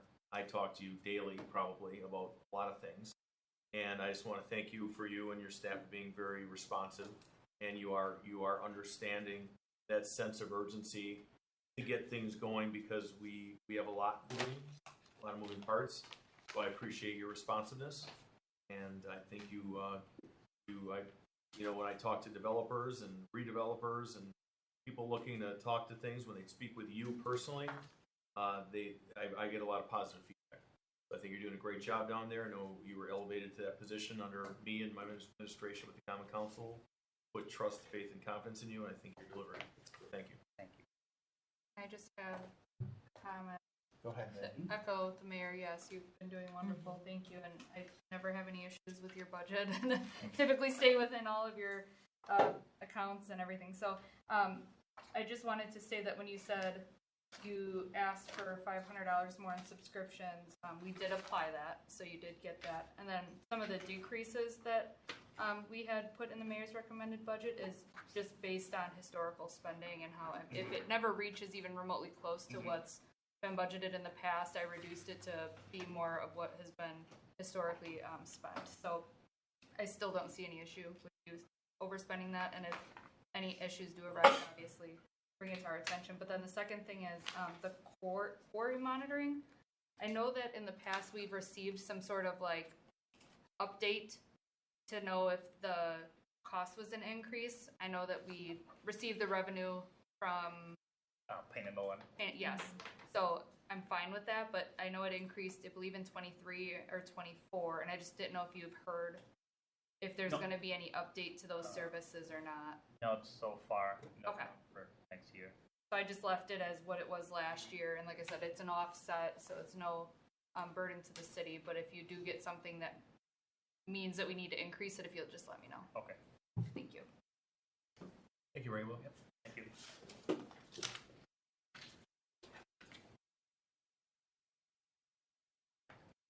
All right.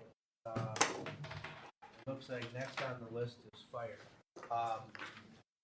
Should we take a couple minutes just for a comfort break? 5 minutes, is that for the group while we let the heavyweights come up to the front table? I meant that in budgetary terms, just to clarify that. Yeah, let's. Take 5 minutes. So we'll just pause here for a few minutes, stretch the legs. And, we have the fire department next. I don't say that's on 106. You want to turn FM here. 106. And Binders. then I've got something I'm going to pull up on the screen. For Okay. everybody. Just a couple slides, not anything really long, I promise. We just did the PowerPoint because the police department likes it fully. Okay.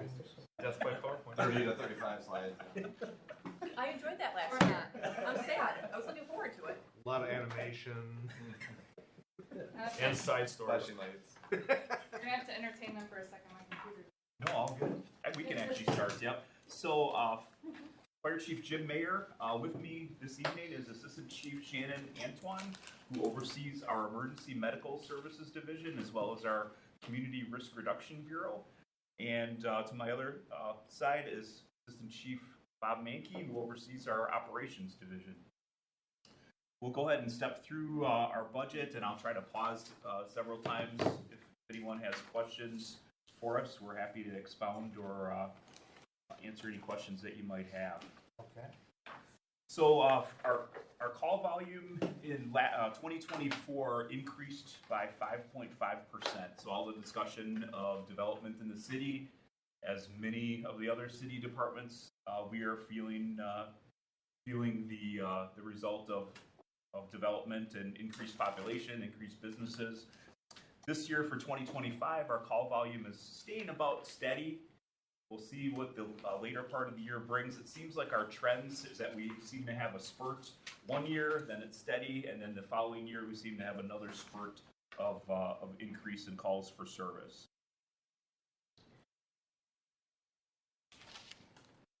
We don't have, for fire end, we don't have a lot of opportunities to increase revenue, but there are a couple significant developments that I wanted to share with you. One related to our emergency medical services or our ambulance transports. Last year, we did increase our fees to reflect the current standard or current rates in southeastern Wisconsin. Our ambulance transport rates hadn't been updated in about 5 years. We also recently, with council approval, have made a change to our ambulance billing company. All of our billing is done by a third-party contractor. The contractor we had been working with for many years got bought out by a larger billing company, and their performance had been lackluster, is probably being very generous. So we did switch to a new company who's going to be starting work on November 1st. We anticipate a noticeable increase in our ambulance transport revenue. Also, Assistant Chief Antoine from our staff, as well as our administrative assistant, and many members from the finance department worked on, and I'm going to actually turn it over to Shannon here in a second, worked on a project to retrieve additional revenue from Medicaid patients that we transport. 2 years ago, the federal government established a program to provide additional reimbursement to ambulance services from Medicaid patients. However, the state of Wisconsin, they kind of flubbed up the legislation to allow us to do it. So for the years 2023 and 2024, we actually had to go backwards, and this was an optional process that our department elected to participate in. Actually, I'm going to turn it over to AC Antoine to tell the details, but we're going to see some significant retroactive revenue from 2023 and 2024. Yeah, so the Wisconsin GEMT service, this optional task, looked at everything granular within the department. So how many people we had, how many calls we went on, how many were fire, how many were EMS, broke it down in the categories and percentages, and gave us what we should be charging for our ambulance runs, which is actually pretty similar to what we are doing. And within that, there were plenty of reviews. I've gotten emails 2-3 times to, are you sure this is correct? Verify this. Is the data good? So it was very, very time consuming. And this month, you will be receiving a check for just over $150,000. So we'll be getting that. That's for the 2023. And then they stated that we will be getting additional for 2024 before the end of December. So that process is now starting right now. So I should be getting another email within the next couple weeks to go back into there, look at everything, make sure our data is accurate the way they had it. Because as this process was going on, the state was also learning. So when you had multiple agencies volunteering to go into this, you then found categories of, wait, we didn't necessarily mean it in this wording, we meant it in this wording. So they give you an opportunity to correct your data, verify that it's good, and then send it back. So we should be very similar to 2023. We were slightly lower in a one category, what they look at, but we should be at least over $130,000 for 2024. So, can you repeat what that was called, or why we're getting? That was the Wisconsin GEMT, that optional category that we went into for the Medicaid. So is this, go ahead. Is this, like a one-time revenue source, or is this something that we can start receiving every single year? This will be done every year. So once 2025 is done, they'll be opening the portal for that, and then we'll have so many months to take care of that. So what was it? I think it opened end of March this year. We had 2 months to do 2023 and 1 month to do. And it did take about that time for staff hours between my staff and the finance department. They worked extremely hard to data mine all these financial numbers. And am I correct, Shannon, that it's primarily geared at patients that are covered via Medicaid? Correct. So it's all state funding that they're making available. It's clearly a portion of the population, and they use those services just like any other patient, right? Thank you. Go ahead. That kind of leads into the personnel or staffing discussion. And actually, Daniel, if you could advance a slide, I would appreciate it. Okay. So we're currently fully staffed. All of our positions are staffed. Oh, sorry. Can I just ask one real quick Yeah. question? I'm assuming that revenue is not in budget so far. So we chipped away at a little bit of the one. We did. All right. Just confirm. Yeah, it's a really Well, good thing. It's going in the right direction. We just need 9 Right, zeros. well, Right. yes, we just have to determine what, Yeah, that's right. so it'll come through in the 2025 projection side, but I might have to have a conversation with you later on to see if we can kind of narrow down what we might be looking on an annual basis so that we can budget for that. So. Thank you. So yeah, we are fully staffed currently. However, we do have a known retirement early in 2026. We also have one member who's going to be resigning due to a medical issue. So we're going to have a couple of openings to fill early 2026. And then also I'm going to talk a little bit about our community paramedic position, which will also lead to another opening on our line staff. We did put in a personnel request, which you can take a look at. We have been working or requesting for quite a long time to increase our minimum staffing up to 13 per day. Currently, we have a minimum staffing of 11. In a nutshell, it results that many of the days, many of the 24-hour shifts, our Fire Station 2, which is located in the industrial park on 60th Street near Oakwood, it's only staffed with 2 personnel. And the national standard to staff a fire engine is 4. Looking at the number of personnel that you need to safely enter a building, to perform fire suppression, to perform search and rescue, the national standard is 4. And actually, our Fire Station 2 is the only fire station in Milwaukee County that is staffed with 2 people on a regular basis. And really, where this comes into play, we talk about anecdotal examples. About 3 weeks ago, we had a fire in the early evening, about 10 p.m. at the Crohn's Corporation. We got a fire on the roof of Crohn's. If you're familiar with that building, it's one of the largest buildings in the industrial park. It employs hundreds of people, very vital to the local economy. And the first engine that arrived on the scene had 2 people on it. We were very lucky that we didn't have any other calls for service going on in the city at that point. So the crews coming in to back up from Station 1, Station 3, from Oak Creek in the city of Milwaukee, they arrived as planned in the mutual aid or shared service agreement.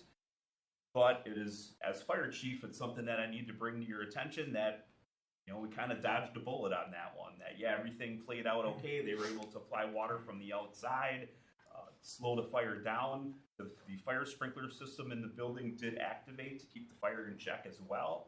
But it's one of those where the busier we get, and that station, when it was built 22 years ago, it was, the industrial park was just starting to be built.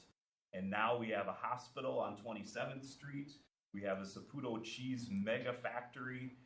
things are getting busier. There's a lot of hazards in that industrial park, and having only 2 people down there is extremely concerning for both the public and the fire department and the city. So what we would like to see, we're not very far away from our goal. If we we had talked about different grant possibilities and different abilities to hire a large number of people, 6 people, 9 people. Truly, 3 people, which would be 1 for each of our rotating duty shifts, would bring us to the capability of staffing at that 13 per day to put 4 people down there on a regular full-time basis. So we're 3 people away from our short-term goal. So our proposal was for the city and this committee to look at was the possibility of adding 1 person each year over the next 3 years. The price tag on that is about $150,000 on the high end. That would be if we get a lateral transfer who comes over at full pay. We get a firefighter that's just fresh out of the academy, out of school, it's less than that, but it's about $150,000 per year. So it's not, we talk about, hey, people are really expensive, which they are. They're the lifeblood of our organization. They're, who really makes a difference. To put a dollar sign on it, $150,000 per year for each operational year, kind of a plan that could work. Just point of clarification, please. Is that in addition to filling the 3 vacancies that are anticipated? Correct. Okay. Yeah, so the vacancies would be budget neutral. Yep. Yep. So it would be. So again, as fire chief, I would be remiss in my duties if I didn't bring that to your attention, tell you about the anecdotal evidence, and at some point in the future, we're going to have to find a solution with the growth in the community. And So it's not in the budget at this point? Not in the budget at this point. Related to that, I just had a quick note in here about the FEMA. Actually, could you advance 1 more slide? So the FEMA, actually 1 back would be perfect. So in the past, we've looked really closely, and we have applied several times for a federal staffing for fire safer grant. And previously, if awarded that safer grant, the federal government would fund the basically the wages and benefits for the positions for a period of 3 years, with the city taking over gradually. The new guidelines from FEMA is it requires a significant match immediately at year 1. So we really couldn't apply this year because of the matching funds requirement that would be even more expensive than the adding 1 person per year at $150,000 to the operating budget. So just to bring that to your attention, that the SAFER grant in its current form is not really attractive for the city of Franklin for being able to participate in it. On the positive side, we did receive, as was mentioned, we did receive long-term grant funding through Milwaukee County as part of the opioid settlement grants to fund a community paramedic position. Casey Anton, would you like to explain a little bit how that will work? Yeah, so our community paramedic position is going to be a 40-hour position Monday through Friday that is going to meet our community members where they're at. By that, I mean we're going to be visiting patients in their homes. We're going to be getting referrals, hopefully Ascension Franklin Hospital, of high-risk patients that are leaving their hospital and going home, and they have no one to meet them at. So you get diagnosed with heart failure, diabetes, COPD, these big chronic health issues, and a doctor just told you everything that you needed to know, and you're discharged, and you go home and you have no, right? You have a pamphlet and you're stressed out, you've just been diagnosed with everything, and now you're supposed to out. But how? Right? So we're going to implement that. We're going to meet them where they're at in their homes. We're going to make sure that when they're diagnosed with congestive heart failure, that they have a scale at home to weigh themselves, supposed to every morning. We're going to go through their nutrition because being based on a 2,000 milligram sodium diet is a struggle when somebody doesn't know how to read labels of that sort. So when you have a can of soup, your can of soup is only, 1,050 milligrams. Well, that's how many servings? Probably 2.5 servings in a little can. So it's educating, making sure they're on pace. We would meet with them in the beginning, like once a week. We would taper off to every other week, then taper off to once a month, and then we would graduate. We would give them that quality of life of being able to be outside of that hospital and outside the we would also take on currently the referrals that we're given to the health department. So we give constant referrals to the health department for falls, for we can't really do much with the conditions of living, so that would still fall in the health department. But anything medical wise of opioids, falls, not being able to have nutrition in their home, we can loop them into food pantries and everything. I've seen this firsthand be very, very beneficial. I've been part of this program at my past employer, and I can tell you it's one of the most rewarding things I've ever done is to change someone's quality of life. It's beneficial. The grant funding will fund this position fully. We'll also give our other 6 community paramedic personnel that are out in the field a stipend, just like our dive team. That would also be by that as well. It would also fund our community paramedic vehicle that we will need to travel.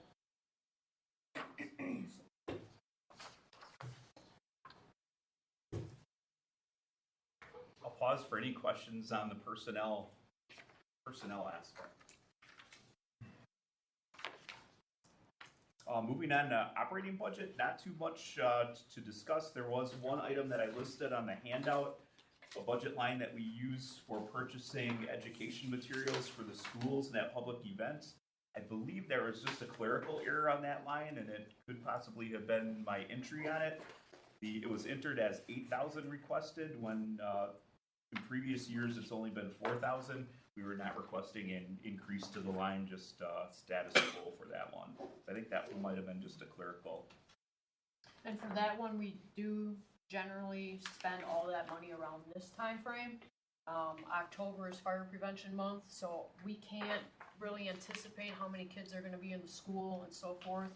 So we have to wait until September to get those numbers from all of Franklin Public Schools, Indian Community School, and St. Paul's.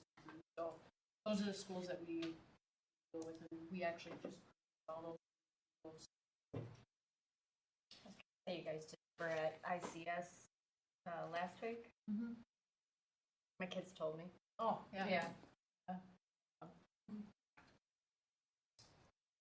You have that correction noted, Daniel. Thank you. But I'd be happy to answer any questions on operating budget.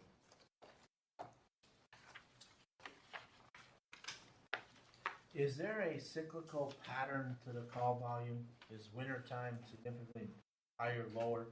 No difference? I'm just curious about seasonality. So we have the majority of our cardiac arrests around the holidays and around winter. So those are our real high acuity ALS 2 calls where we have to use all our tools and tactics. Those are very high around that time because they start to get lonely, get a little bit depressed, stop taking their medications, family doesn't check on them. So it's that holiday loneliness time that we see an uptick there in cardiac arrest. As far as our call volume, we do see an uptick around March, April. Surprisingly, that around June is a little bit slower. But you'll start seeing an increase at the end of summer. Yeah, the type of calls change. And coming into the winter season, our structure fires will start to spike as the weather gets colder. People, starting up their fireplaces for the first time, tinkering around with furnaces and doing all kinds of funny stuff to stay warm and thaw things out. And we see a lot of serious fires usually in the winter months. And CO calls as well. Okay. Quick question. Last year you got a new truck, right? So we did get a new battalion chief's vehicle last year, and we placed an order for a new fire engine and a new ladder truck that will arrive in 2028. Just curious, how tall is that ladder? 105 feet. So that's roughly how many stories? 10 stories, yep. And really what in Franklin, if you think of the lots and the buildings, the setbacks from the street, a lot of the ladder is used for reach. Okay. Even more than height, but. Thank you. And then as an offshoot, I can send anybody the link if they would like. The fire service world has kind of been set on fire, a good analogy. So there's a lot of accusations, and there was a congressional hearing about the price of fire apparatus and the long delivery times. And there was some information that was really hard to believe, but it seems that it's true, that there was some collaboration between the major manufacturers, that during COVID, the prices started to go up because of supply chain issues. And if you watch these videos, there does seem to be some evidence that they were cooperating together to keep those long delivery times and prices. So we'll probably keep our eyes peeled for class action lawsuits or potentially something that would benefit us potentially. Yeah, please keep on being that, because that customers. would be nice if we hop on something. It was at a point where basically all the fire departments were, scratching their heads. Why are these so expensive? So there's a lot of publicity that you'll see that just came up over the last week or so. And the extended use too. Crazy people driving the fire scenes in pickup trucks. And their backup rigs are 15 years, and they're 5-10 years past their life expectancy. It's actually good. It's a good watch. We're definitely not alone. Yeah. Right. All right. I have to ask my favorite question every year. So third year, I'm asking the question. Lift assist for facilities for just going out to lift someone up, not the patient, not their fault they fell, but those facilities. I know Franklin doesn't have as many big guys as some of our other neighbors do, but I do know that some of the other communities charge the facility a fee if it's just to drive out and lift up somebody who fell out of a chair, fell out of the bed, because the facility has their own policy where they don't want to do that for their own internal Risk management. Yeah. You want to speak to that one? So the part where we are getting hung up is, how can we guarantee that that fee is not being put back on that patient? And that is our biggest hiccup in that, is because we don't want to have a patient laying on the ground, whether they're in a facility or at home, debating whether or not they should pull that pull string or call 911 to get our service. And at that point, you're leaving those patients on the floor for 12, 18, 24 hours, and now they're even worse than what they were. We would have just picked them up, did an assessment, yes, you're good, and then all these hours go by, and now we're transporting them medication or injured. Without naming names of any facility, is anybody sort of egregiously abusing this system? So what, in a different municipality, I had tracked falls at long-term care facilities to see, kind of what the situation was, and if there were any facilities that were having a lot more fall-related incidents. And it did seem that there was one that was, 2 times, 3 times more than any of the other ones where they were calling anybody out. And it seemed as such, when the fire department looked into it, that they were sort of abusing the system, where it wasn't necessarily an internal policy, it was more of a we're lazy policy, and fire will just do it, so we'll just call them. Yeah, we did have, when a new employee switched, we did have a facility like that, and it always occur at late hours. So our crews, they pick up on this, and it's even better now that they're working 48 hours because they can catch the next day. So as soon as they see a pattern, they generally let me know. That one kind of fixed itself with training of that employee. Also with our community paramedic, we'll be visiting all of our facilities, letting them know of our services, letting them know and looking at what they have, like do they have Hoyer lifts? Okay, do you have a Hoyer lift, but are your employees trained in using it? Right, so a lot of facilities may have these tools, but are they effective? So that's where we can make those relationships with the community and bond those together to see why are we.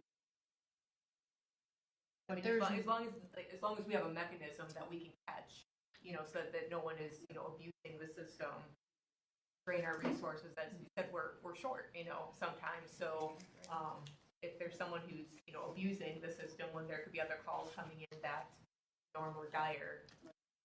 Yeah, we are keeping track of those.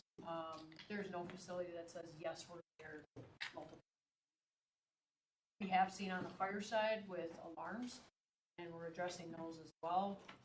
So talked as a year of trying to make a that too, because when your fire alarm is going off at the same time for the same reason over and over, and you're not fixing it, well then why?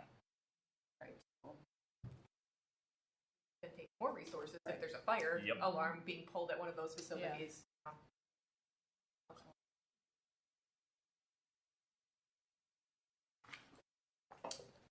I'll move on to the final stage of the capital, if unless there's any other questions on operating. Yeah, I got one. Well, go ahead.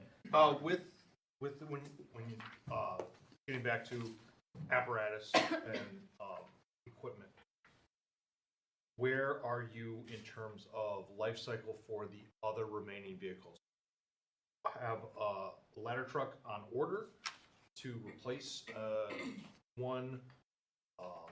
I think we approved a ambulance a remount, yes. Remount. Yep.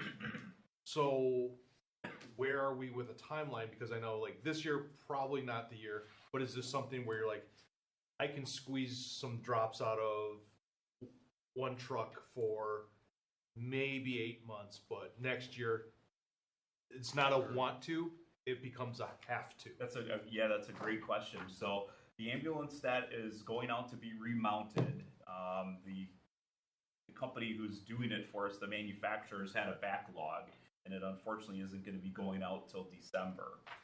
And the vehicle that it's slated to replace just blew an engine 2 weeks ago. So luckily we do have some state funding through the state EMS funding assistance program that's going to help us out with the engine replacement on that vehicle. That one was slated to be in reserve status for another couple of years. It goes from a frontline to a reserve. Generally, our ambulances are 6 years frontline and 2 years as a reserve, and we keep a rotating basis. But we are, our battalion chief who's in charge of our fleet, we are putting over 100,000 miles on our ambulances, or actually the one with the blown engine I think was 160,000 miles during their lifespan. So as we get busier and busier, the ambulances especially, we may have to, we're on it every 2 year schedule. We may have to look at maybe 1.5 years or one per year coming up, and that's why we're really trying to get as much reimbursement for our EMS transports as we can. As far as the fire apparatus goes, we are our cycle is 15 years frontline and 5 years reserve for the engines and the ladder trucks. And once the new units come in 2028, we'll have a pretty good stagger. Our engine at Station 1 is a 2019. Our engine at Station 2 is a 2013. That was the unit we purchased from Lake Mills. And then the new one will be a 2028. So we'll have a pretty good stagger where hopefully we can be on a cycle of every 5 years for a heavy, either an engine or a ladder truck, and kind of stick to that cycle. Thank you.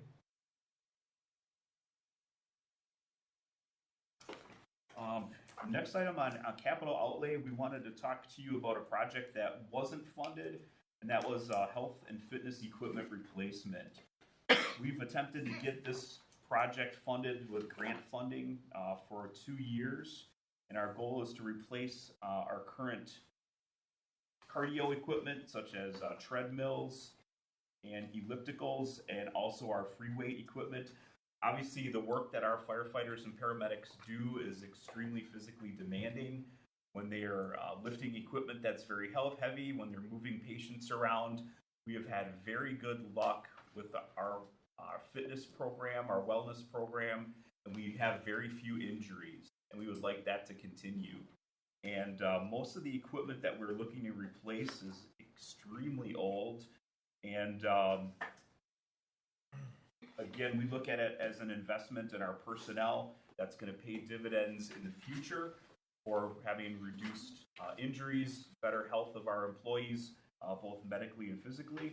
I'm actually going to turn it over to AC Antoine because she actually is our health and safety officer and had written the grant proposal for this project.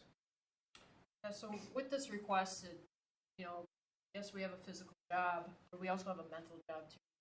And when we go back to the stations and we decompress and we do what we have to do to get our mindset right for the next one, this equipment is also not only physically, it's going back and working on it as a team, going back and having a stress relief. It's reducing those cortisol levels that skyrocket during calls. But NFPA 1580 section 5.3 states that physical fitness programs are required in departments to establish and maintain physical fitness program, both aerobic and strength. But it also says in section 7.3 that it mandates access to safe, appropriate, and properly maintained equipment for physical. And right now we can't do that. We have treadmills that are skipping. We have dumbbells that don't have weights numbers on them, so our people don't know how much they weigh. We put them on a scale to see we what put them on the scale next to it to see how much they weigh. Sorry to interrupt, but I've been there 30 years now, and I would say more than half of that was donated from Bally's, McDanny back. And Bally's has been gone for how long? So, I mean, it's been a while. Sorry, Shannon. No, you're all good. So, to make sure that we're highly effective and that we're keeping up with our highly trained staff, we have to sometimes get back to them because we are only as good as our employees. So to make sure that we're going out and fit for duty, both physically and mentally, this is where this request has come. There's standards that we could read off all day long, right? But deeply, this equipment did get feedback from our members. There was a survey put out, and it wasn't just wants, it was needs. So we need cardio equipment. What's more effective for the job? Stair climber because we're going up steps. Treadmills because we have to have a physical fitness evaluation as well. So we need that treadmill to do our.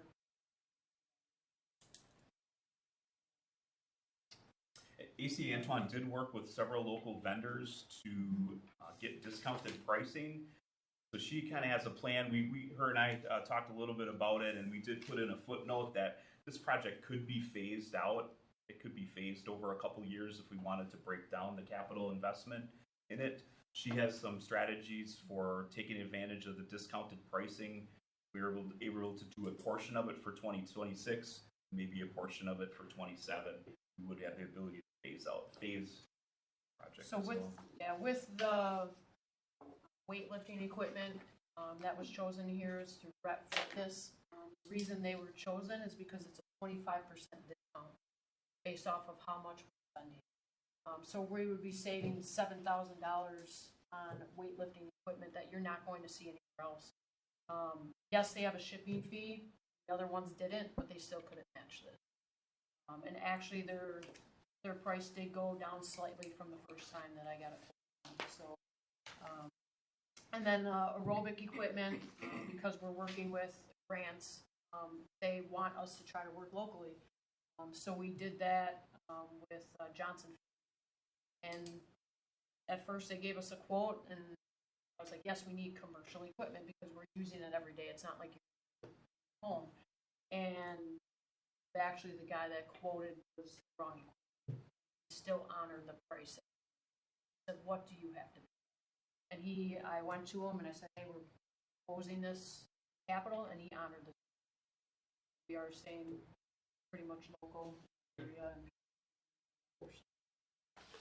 We could separate this. I would recommend if we do, I would pick the weight lifting equipment first, because with tariffs and everything else, you don't know when that poundage is. And you don't know if their program's ever going to pay. So they're offering 25% right now, and you can work with something.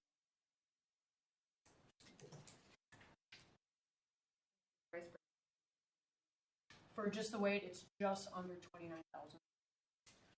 So it quote is $28,963.70.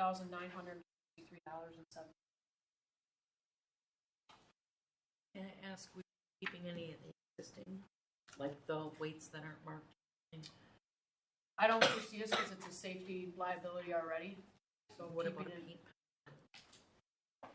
Well, we don't even have a full set. So our weights right now is 35 pounds is like the lowest. So. I was just wondering. Yeah, if there's it could have not. built up. And they're rusty. Oh, well then. And I mean, yeah, when we That's say easy. they've gone its lifespan, they've gone their lifespan. And with the equipment that we're getting, like Yankee said, he's been here 30 years, right? This will last us another.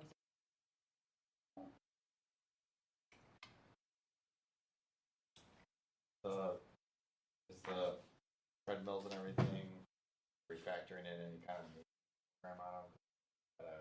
Gotta get Yes. cleaned every so often. Yep, so there is a maintenance program with that,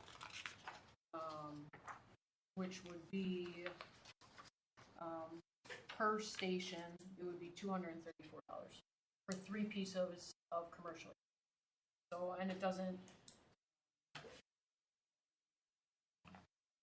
So. Covers thing, and if it's commercial stuff, usually keep it up. Yeah, and they already said, like, for the stair climb, for instance, they're like, their biggest issue with that is sweat getting on. So they said mandate a towel with everyone, and this will last you long. So I'm getting that service. Where would this be located? This will cover all 3 stations. Okay. Each Each location has got. Yep, each location would be 100% identical from one to the other. They would all have equal equipment. They would all be serviced. For all the lifting equipment, is that all free weights, like dumbbells? Like what is that? So, yeah, so it would include the barbells, the curl bar, it would include kettlebells, it would include plates, it would include a full dumbbell set, 5 to 50 pounds. It would include, so there is Aries 2.0 cable attachment system. So what it is, it's a universal, it has 2 stacks of weights on it with a pulley system, so you can do multifunctional chest press, arms, squats. So it would be a full squat rack. It would have a bench included. It would include exercise mats, resistant bands. It would include the multi-grip pull-up bar, it would include the landmine bar, spotter bars for the rack. It includes storage for the dumbbells and the plates as well. So the racking system of the squat rack includes storage for the plates, so that's not an extra component to it. The only extra component would be a smaller storage rack for the slam balls, kettlebells, but includes everything you would need fully to do everything for each station. I think it's also important to note too, when Shannon said we did an interview with our people, we also included our physical training too. So if someone that professionally does this, he also concurs. That might be beneficial.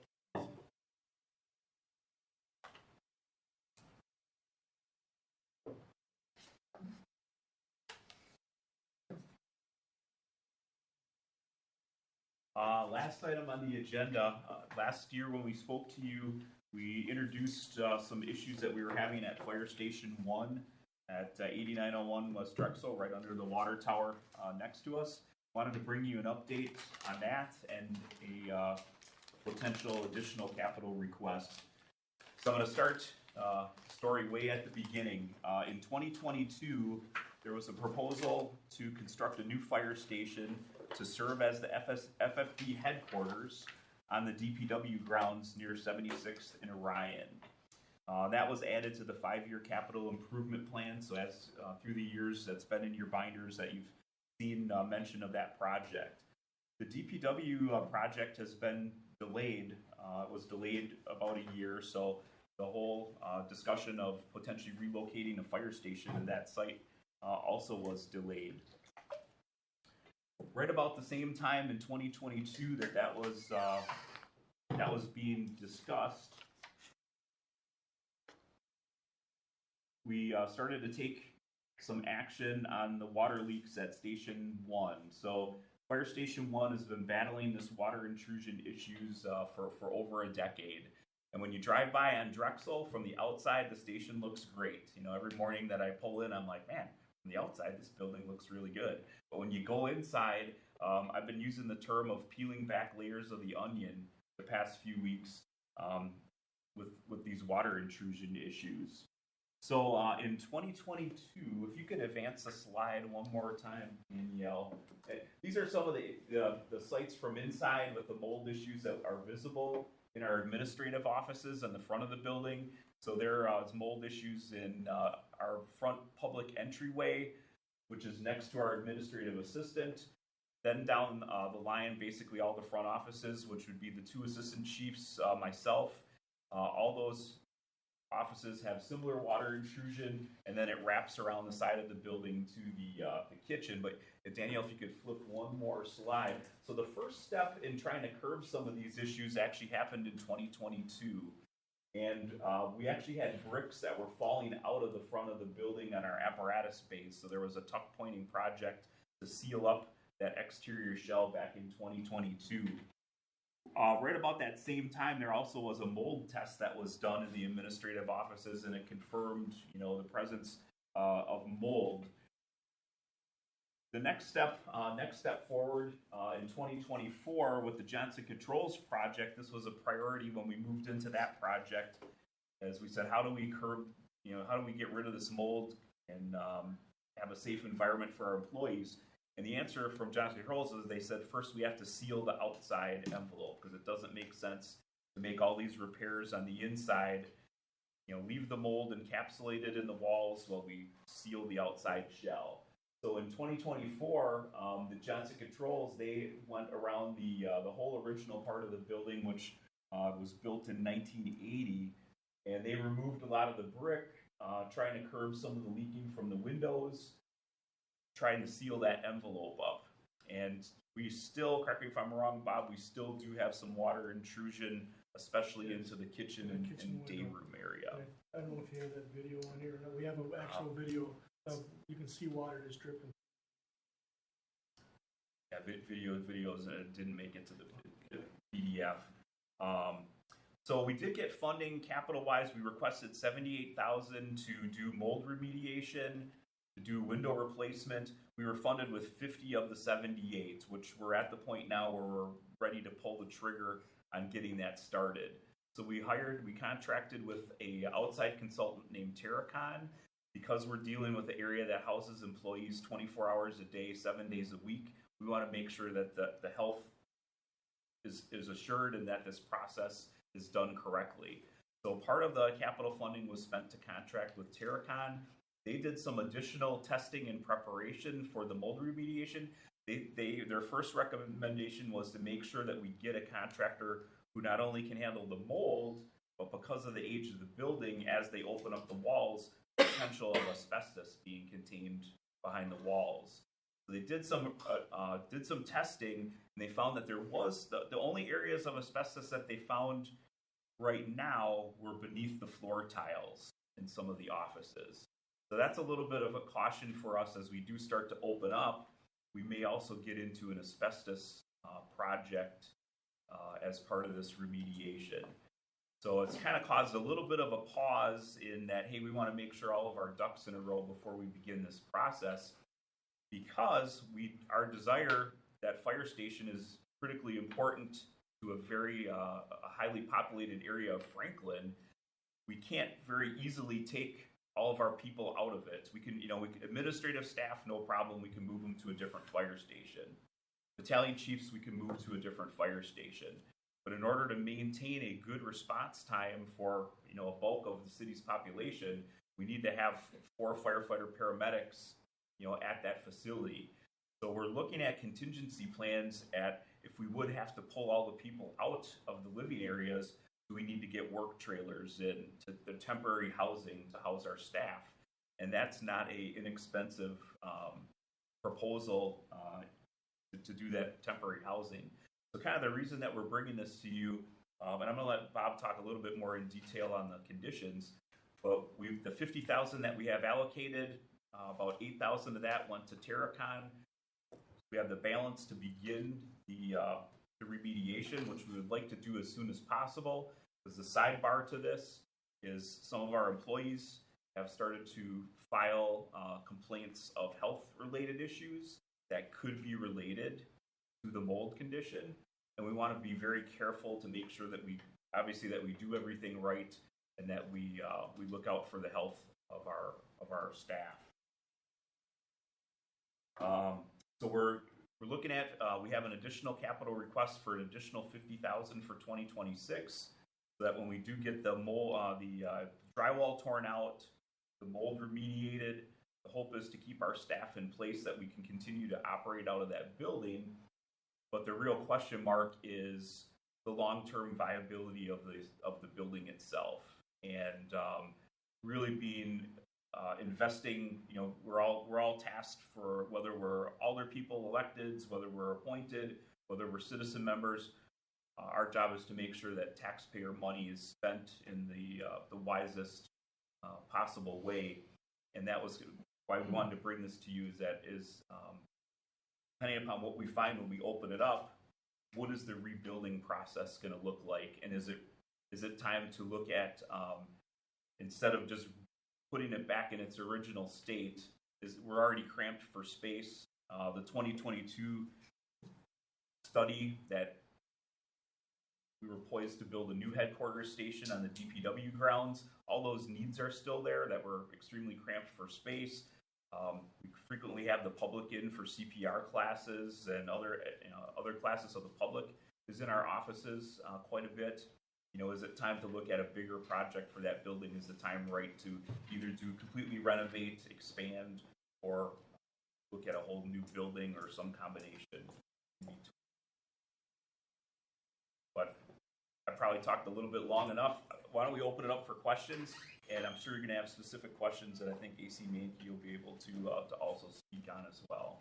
So I think in the 2026, the mayor's recommended budget, there is $50,000 additional for the mold remediation. But I think what you're talking about is that whole going from building station 4, right? We had money in the budget years ago for the design work to start potentially fire station 4, but I think the overall concept that you explained and we've talked about internally is taking that same request from years ago at $305,000 and look at overall all of the buildings, correct? Right. And yep. what that looks like as far as expanding any of the buildings or building a new one.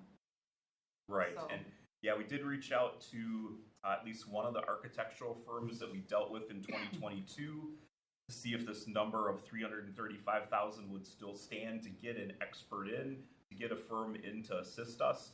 And along those lines, what I would envision would be a working group that would be set up between fire department staff, city administration, elected officials, and citizen members to work with this contractor, see what direction is the best to serve the city for years in the future. Because the fire station that we're in now at Station 1, 45 years of service.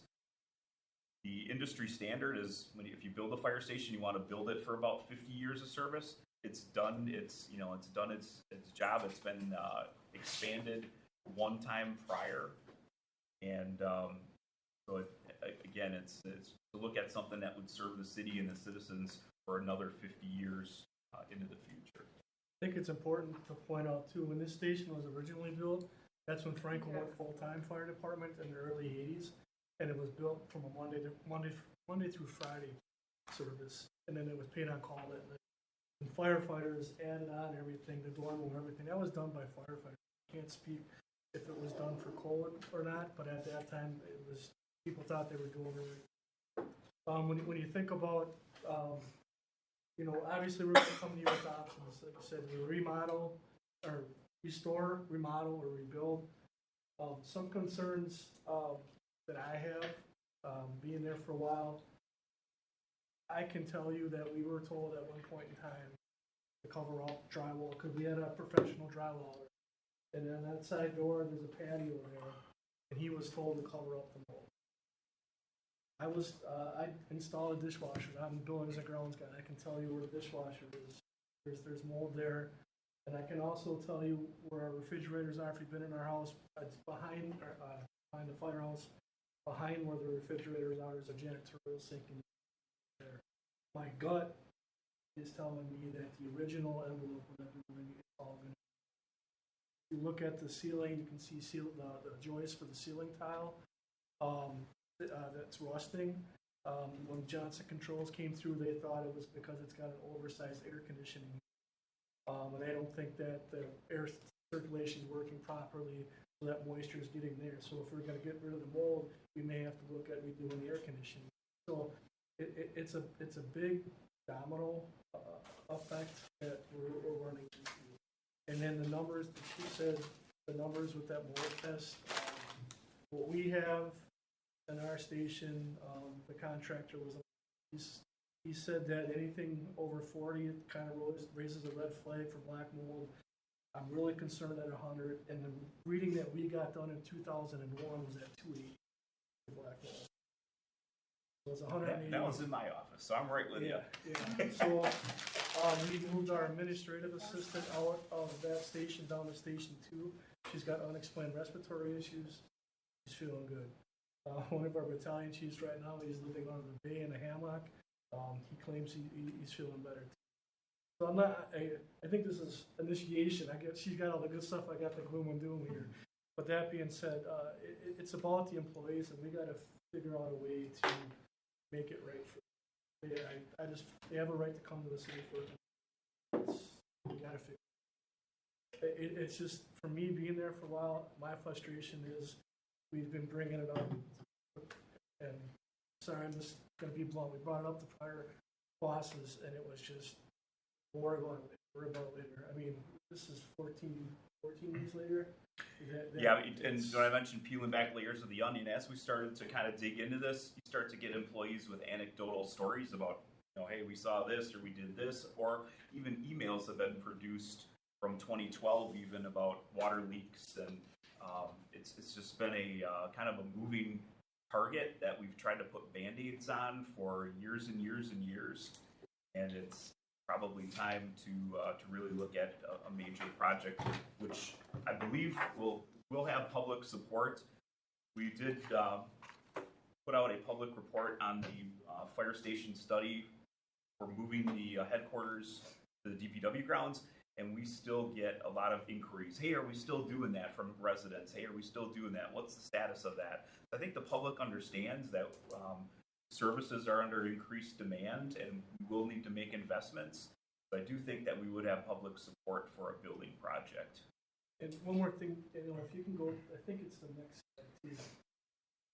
So this was last year. If you guys remember, firefighters like to be funny, so they put a big old tree in the middle of that. But we had a big old pothole in our driveway. More of a sinkhole.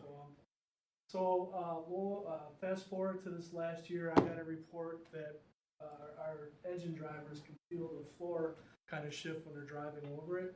And this, hard to see, but there's cracks. And this, our engine goes out the front, so this will be in front of the building leading directly to here. So if you go straight in, this is what it looks like in our bay, and you can start to see cracks as well. So something is shifting. We had engineer there, they didn't seem too concerned, but something's going on there. So there's a lot of, I don't know, that are. What's the approximate square footage of the non-apparatus facility? Have any idea? About? The total square footage of the fire station is 12,375. So you're probably looking at 3,500 or 4,000 square feet maybe for the administrative area.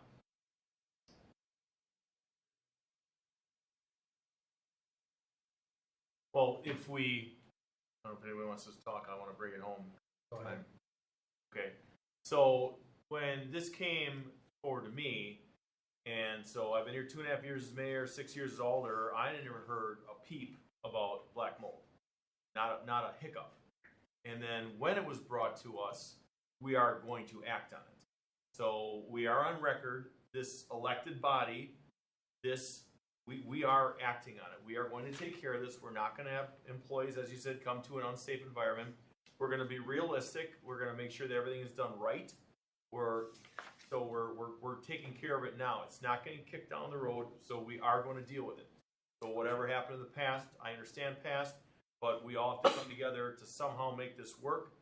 We got to find the money somewhere to fix this to get you guys back going. But that's the thing. As far as staffing goes, we are looking to pretty much, unless we can really pull some rabbits out of a hat, it's got to be pretty much a frozen across the board for 2026. We're not going to see that net new income, net new construction benefit until next year's budget time, a year from now. So there's a lot of things that we're looking at are kind of, yeah, we have a lot of great things going on, but we're not going to benefit for another year after that's budget purposes. But we have to get this black mold issue handled. I've heard, being a lifer, I've heard all sorts of things, why it happened, how the building was built. It was built shoddy. It wasn't built with the right people that weren't in charge of it. All sorts of finger pointing, but it doesn't matter anymore. We're here now to fix it. So that's moving forward. That shall be the direction. But we do need to move this along. So I think if I could, just 2 more minutes, just to let you know where we are at. We are meeting have a public works meeting that we're trying to get scheduled so we can bypass the bid process. I have bids out to Kelman Restoration, First On Site, and Paul Davis Restoration, waiting for a response back from them. What's their recommendation? Can they fix this with us in there, move people around? Do we need to get out, that type of stuff? So we're gonna, as soon as I get those quotes, we'll get them to you guys as well. We have that all. good. Any other questions regarding fire and related operations? All right, thank you again very much. Appreciate your time. Appreciate your time. Thank you.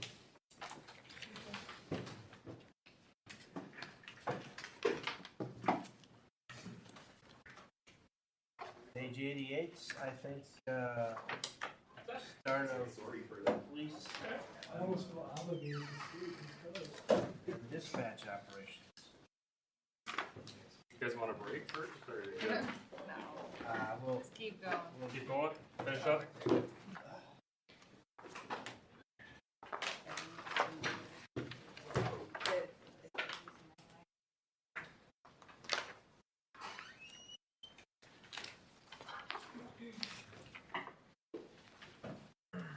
Thanks for waiting and being patient. Do you want my May while you're getting ready? Yeah. Can I just wrote a thank you? Department. Thank you. Appreciate that. Your support, yes. Absolutely. I saved yours, by the way. What's The that? updates that you sent over, I saved them. Oh, and okay, good. So Good. we'll have it in the adopted. That way it all aligns. What page are we on, Daniel? What? Start of section 4. Yep. Got it. All right. All right, I'm Police Chief Craig Lehrman. With me is Assistant Chief Eric Sowers. Obviously, you guys have a challenge. Do that every year, more with less. I believe we've submitted a fiscally responsible budget designed to cover our operating expenses and necessary equipment, technology replacement upgrades. Like that, we're also used to doing more with less, less staff, less everything. But it is noteworthy that, again, in 2023, according to Wisconsin Policy Forum, Franklin Police Department net per capita spending is the second lowest in the county, and it has been for many, many years. So I know the men and women of the department deliver high-quality service on a lot higher budget than most. We're used to it. Would we like more? Of course. But I do want to focus a little bit on staffing, because obviously staffing is the largest part of the budget and arguably the most important part of service that's delivered. Currently, we are down 4 dispatchers. We have 4 openings. We have 3 patrol officer openings. In addition to that, we currently have 3 officers in the MATC Police Academy and 2 that are out injured on duty. So out of 41 patrol officers on the street, we're down 8. So that makes the men and women work that much harder for overtime. I appreciate their efforts. And for dispatch, we have 15 dispatchers, including the communications supervisor and a dispatcher that we're using as a open records clerk as well, and we're down 4. So do the math. We have 9 dispatchers doing the work of 14. So I appreciate all their efforts, but most importantly, I worry about retention more so than recruitment. Recruitment's important. I do thank the council for the recent police union contract. It puts us in a competitive position, which is important. It's of course one piece of the puzzle, but I do thank you guys for that. What I focus on and try to not cost a lot of money is wellness, both mental and physical. Of course, training and equipment is very important as well. I think the men and women have to be mentally and physically fit in order to provide that high level of service. So some of the things we've done at low cost is we've acquired a facility therapy dog named Clover. He's a 1.5-year-old golden retriever that we got donated from Partners with Paws, which is a very good organization that provides therapy dogs to agencies around the area. In fact, Clover's brother is actually Tito, works for Muskego Police Department. So we got Clover in July of this year. She's a huge success, not just in the police department, but in the community. She's been in the schools already. I mean, huge impact in a very short period of time. Again, I think the mental health aspect of that is very, very important. Additionally, we did get a grant that we will be getting an electronic storage detection canine. That'll be coming in mid-November. And that dog, I don't know, I think it's probably going to be a lab. That will also double as another therapy dog as well. Typically, those dogs are service dogs that fail a lot of training for whatever reason, but still are still highly trained and have other uses. So, also to be sensitive to the budget, we've applied for 2 grants. One is through the Law Enforcement Mental Health and Wellness Act. Don't know if it has not yet been awarded, but our goal for that is to get a NECUP checkup. So every year, every member of the department will have a sit down with a mental health professional.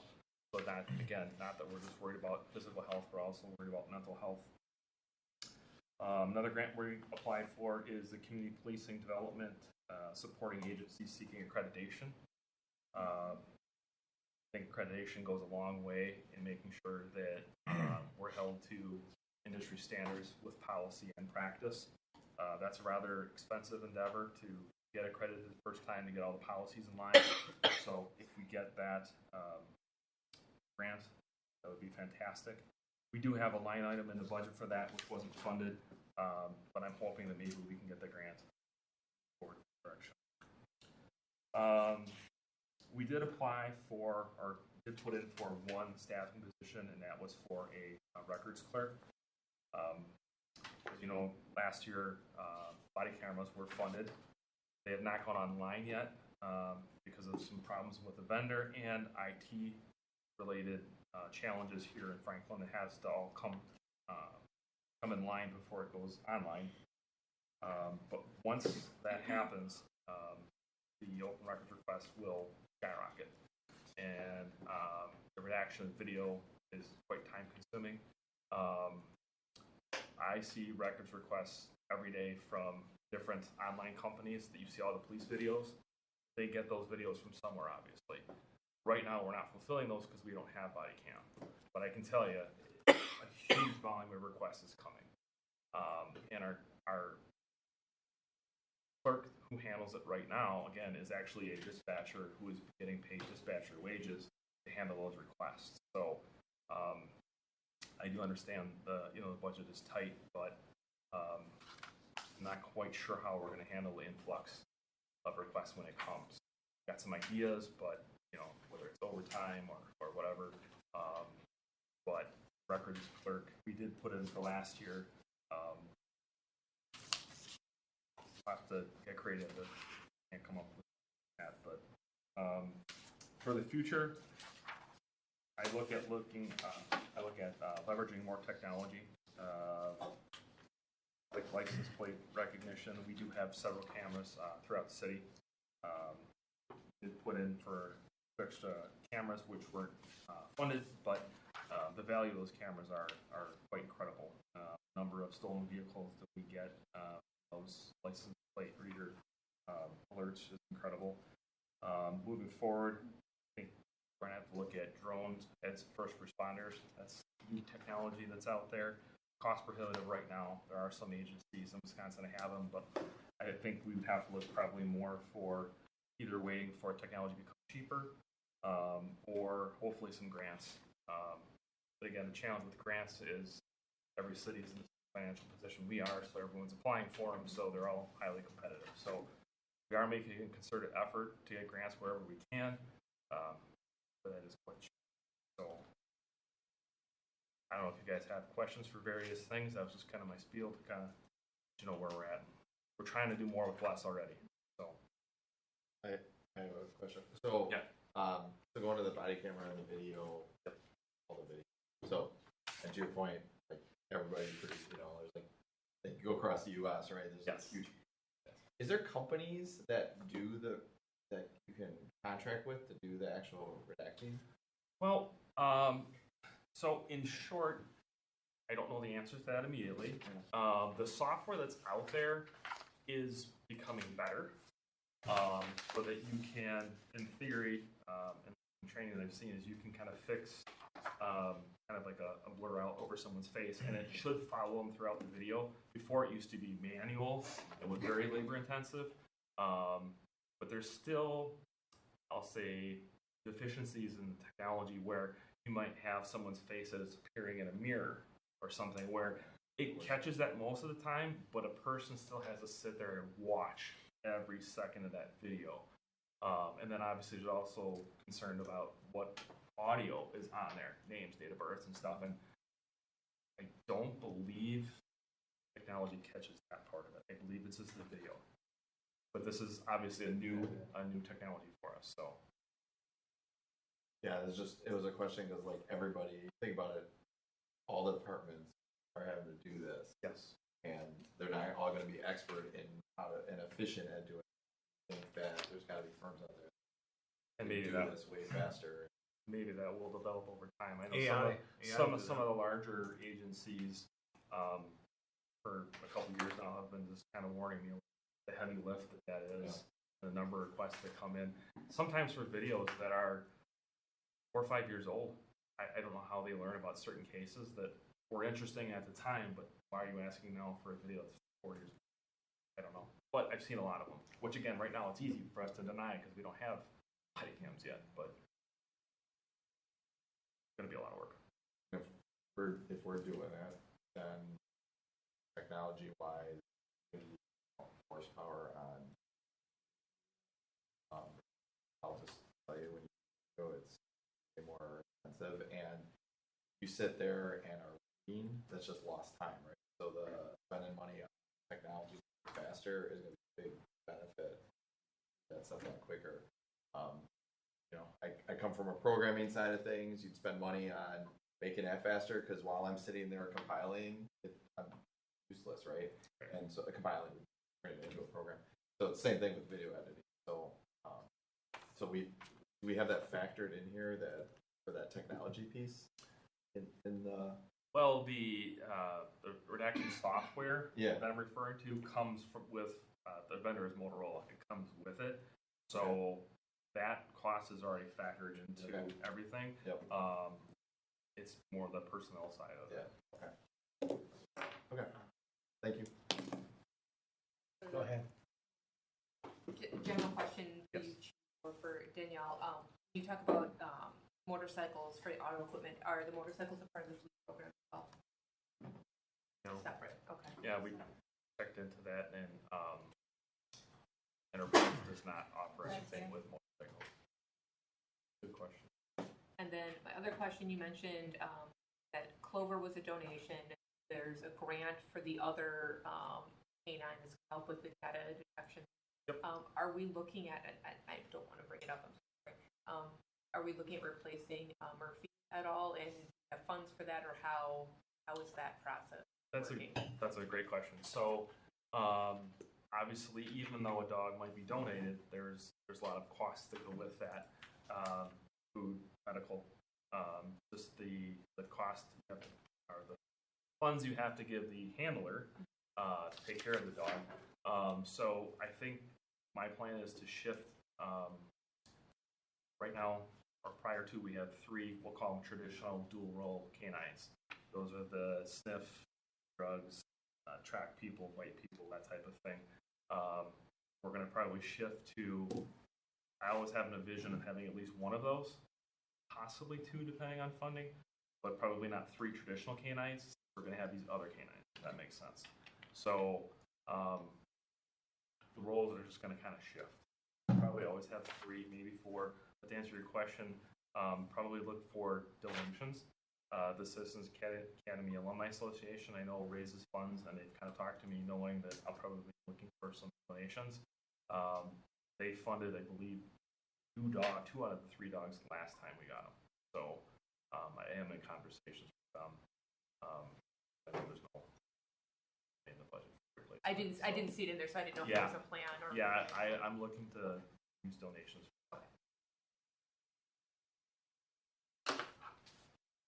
Other questions? Do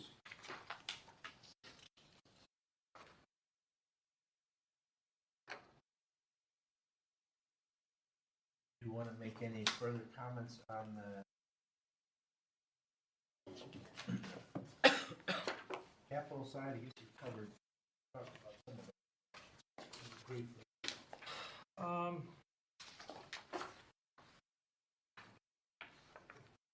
Yeah, I guess one thing we can probably discuss, it's not something that's going to come up really so much now. Obviously, you see the $780,000 in there for replacement of dispatch consoles. That's, I guess I'll call it a placeholder. Originally, we were told that they would have to be replaced in 2026. But now Motorola says that they'll continue producing our current radio consoles through 2027. But they will start phasing them out after that and will not support them warranty-wise, parts-wise, coming 2030. So we have a little bit of time on that, but that is a obviously significant cost that is coming down the road. So been on the radar for a while. Daniel's been aware of it. Luckily, we were able to push it down the road a little bit longer. But they did kind of warn us that that's the quoted price now. Of course, that could rise. I mean, but I would probably put that on. What I did.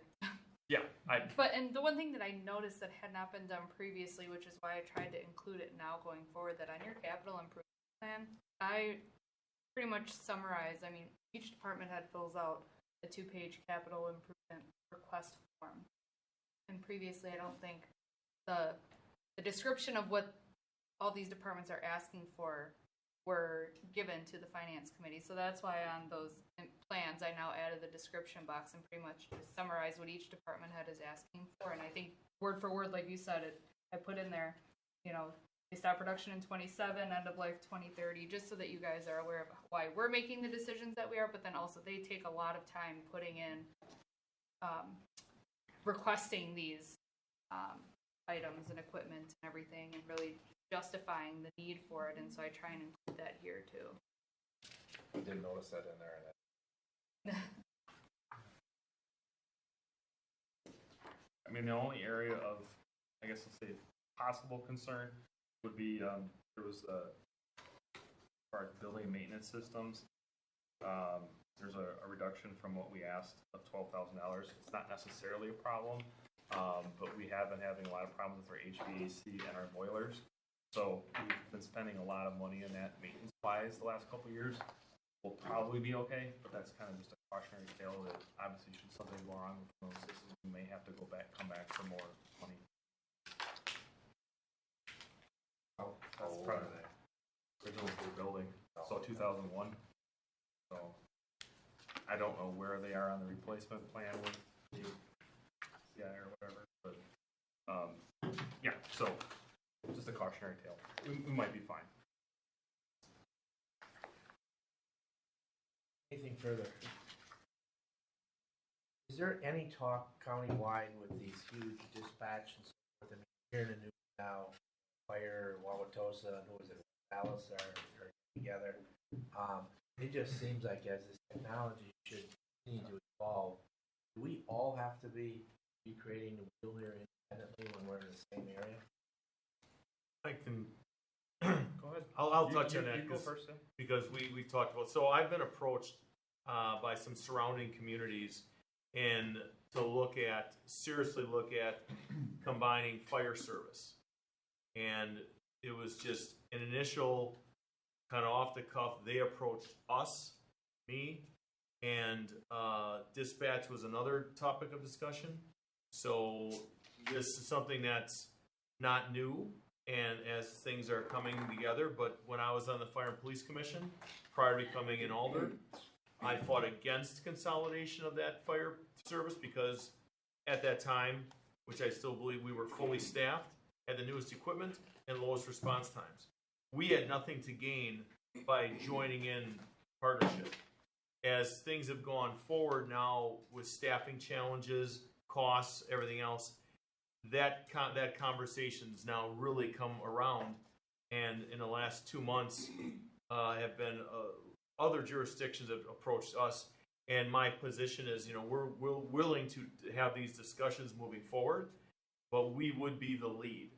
We would be the lead in how this would move forward.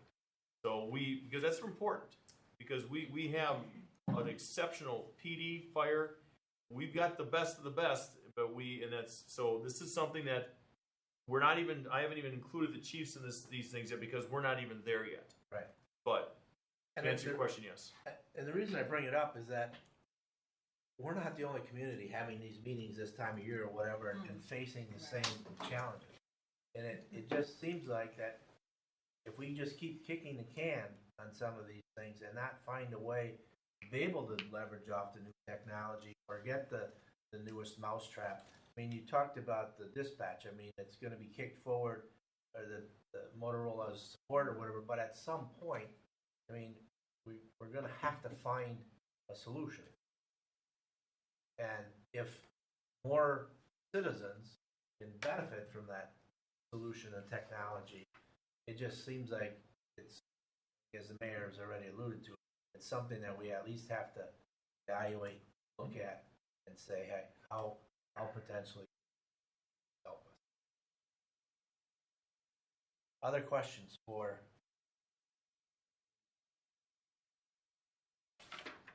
leaders? I have one more. Go ahead. There's a Ford Telematics. Yeah. What is that? So what that is that's essentially gives us kind of the telemetry of the squad. So like we can sit back at our desk and see all the maintenance stuff. We can see GPS, like where they're located, where they've been, speeds. Actually helped us in a almost civil litigation where there was an accident with a squad on an icy road, and we were able to prove that they were going like 14 miles an hour or less. It was very, very slow. So that happened during the trial period where we had it for free because the first year or whatever it was free. So essentially, that's the cost for us to be able to see that for all the squads. So can we survive without it? Sure, but it was instrumental. Well, for maintenance reasons too. I mean, it's probably not doing justice to all the things that goes off that car. It's very intelligent. I'm familiar with other brands like that. Okay. Yeah.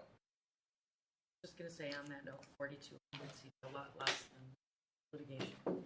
Yeah, it was. It's even helped in like citizen complaints. Your officer did this or that, or followed me here or there, and we could say we didn't even have an officer there, or we. So it's been beneficial in a very positive way.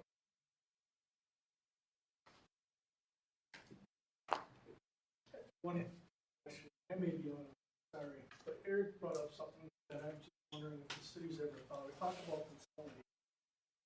From buildings and grounds perspective, we all have boilers, we all have garage doors, we all have generators, but yet that comes out of our individual budget. Has there been any discussion, and maybe I'm out of line, so please tell me if I am, any discussion about potentially having the city employee handle that for all our departments, so that can order? Well, like handle more maintenance in More house. maintenance in house. I know there's been discussion about having a person being that person. Is that what you're talking about? Having one person for everything? Yeah, that was floated last year, but it was again adding a staff member. So it wasn't. But it would be reducing the cost that you'd be essentially taking it out of building maintenance and all these other departments and putting it into However, it may save You gotta- depending. You'd have to see how much you're actually spending. Right, because it's the versus- labor side, the part side. however, you're also comparing people that are certified to do certain things versus And that's what true, sounds like too. a maintenance handyman type of person. But You're it's not taking something specialty. that we are ruling out, right? I mean, it's always added to that slide that I said of how to save money and what can we do to. I just feel we're always reactive. Mhm. We don't know. They can come with you for Start selling those calendars. I'm all, I got a body for the desk now. That's we got to get that cardio machine in there. Maybe that's what you need to do is the behind a desk photo. Huh? So, but to that, do we Should we start doing calendars? Is that what you're No, doing? That's what I heard John say. I'm moving to a different topic. Mr. January, go ahead. So have when we have like that kind of maintenance, I'll use like garage doors or something like that, right? Do we have set contracts with a vendor, or is it up to each department to do that? We don't, and we've talked about doing that because that is where I think we can save. You can save that. I mean, if you look at it from a private company standpoint, that's like, that's like number one, number two. But that to go out and get standardized contracts because you're going over a much larger pool than individually calling. Yeah, we've talked about that because We'll add that to Joe's plate. Go there's look at. there's a lot of siloing among a lot of different operations from the way that things have but true, the way that things have always been done. All right. Well, we'll look into that. So we'll but move yeah, this along, but yeah, we'll look into that. Sorry. No, it's fine. You're not on line yet. You're good. Talk one more time. Yeah, the calendar got us all weird. We don't have that. All right, anybody else? Comments, questions related to the fire? Or I'm sorry. It's been a long night. Yeah. Don't do that to us. Correction, Hearing none, again, thank you for Thank you. being Thank here. you all. Thank you.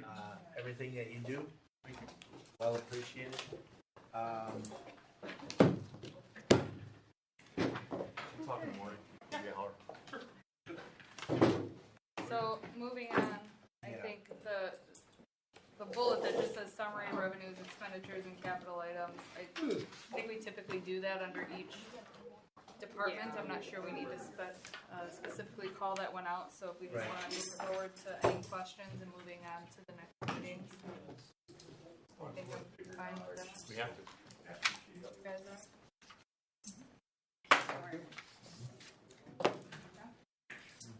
So if there's no final questions for tonight, okay, so this Thursday, I apologize, I didn't get a chance to finish the page numbers on the rest, so I will provide this for the rest of the agenda on Thursday. We have, I don't remember now. I have it though. You're looking for it. It's general government, we have. We have public works, engineering, general government, and then pretty much everything that's just covered by Kelly, myself, and clerk. So Perfect. 5 o'clock Tuesday, Thursday.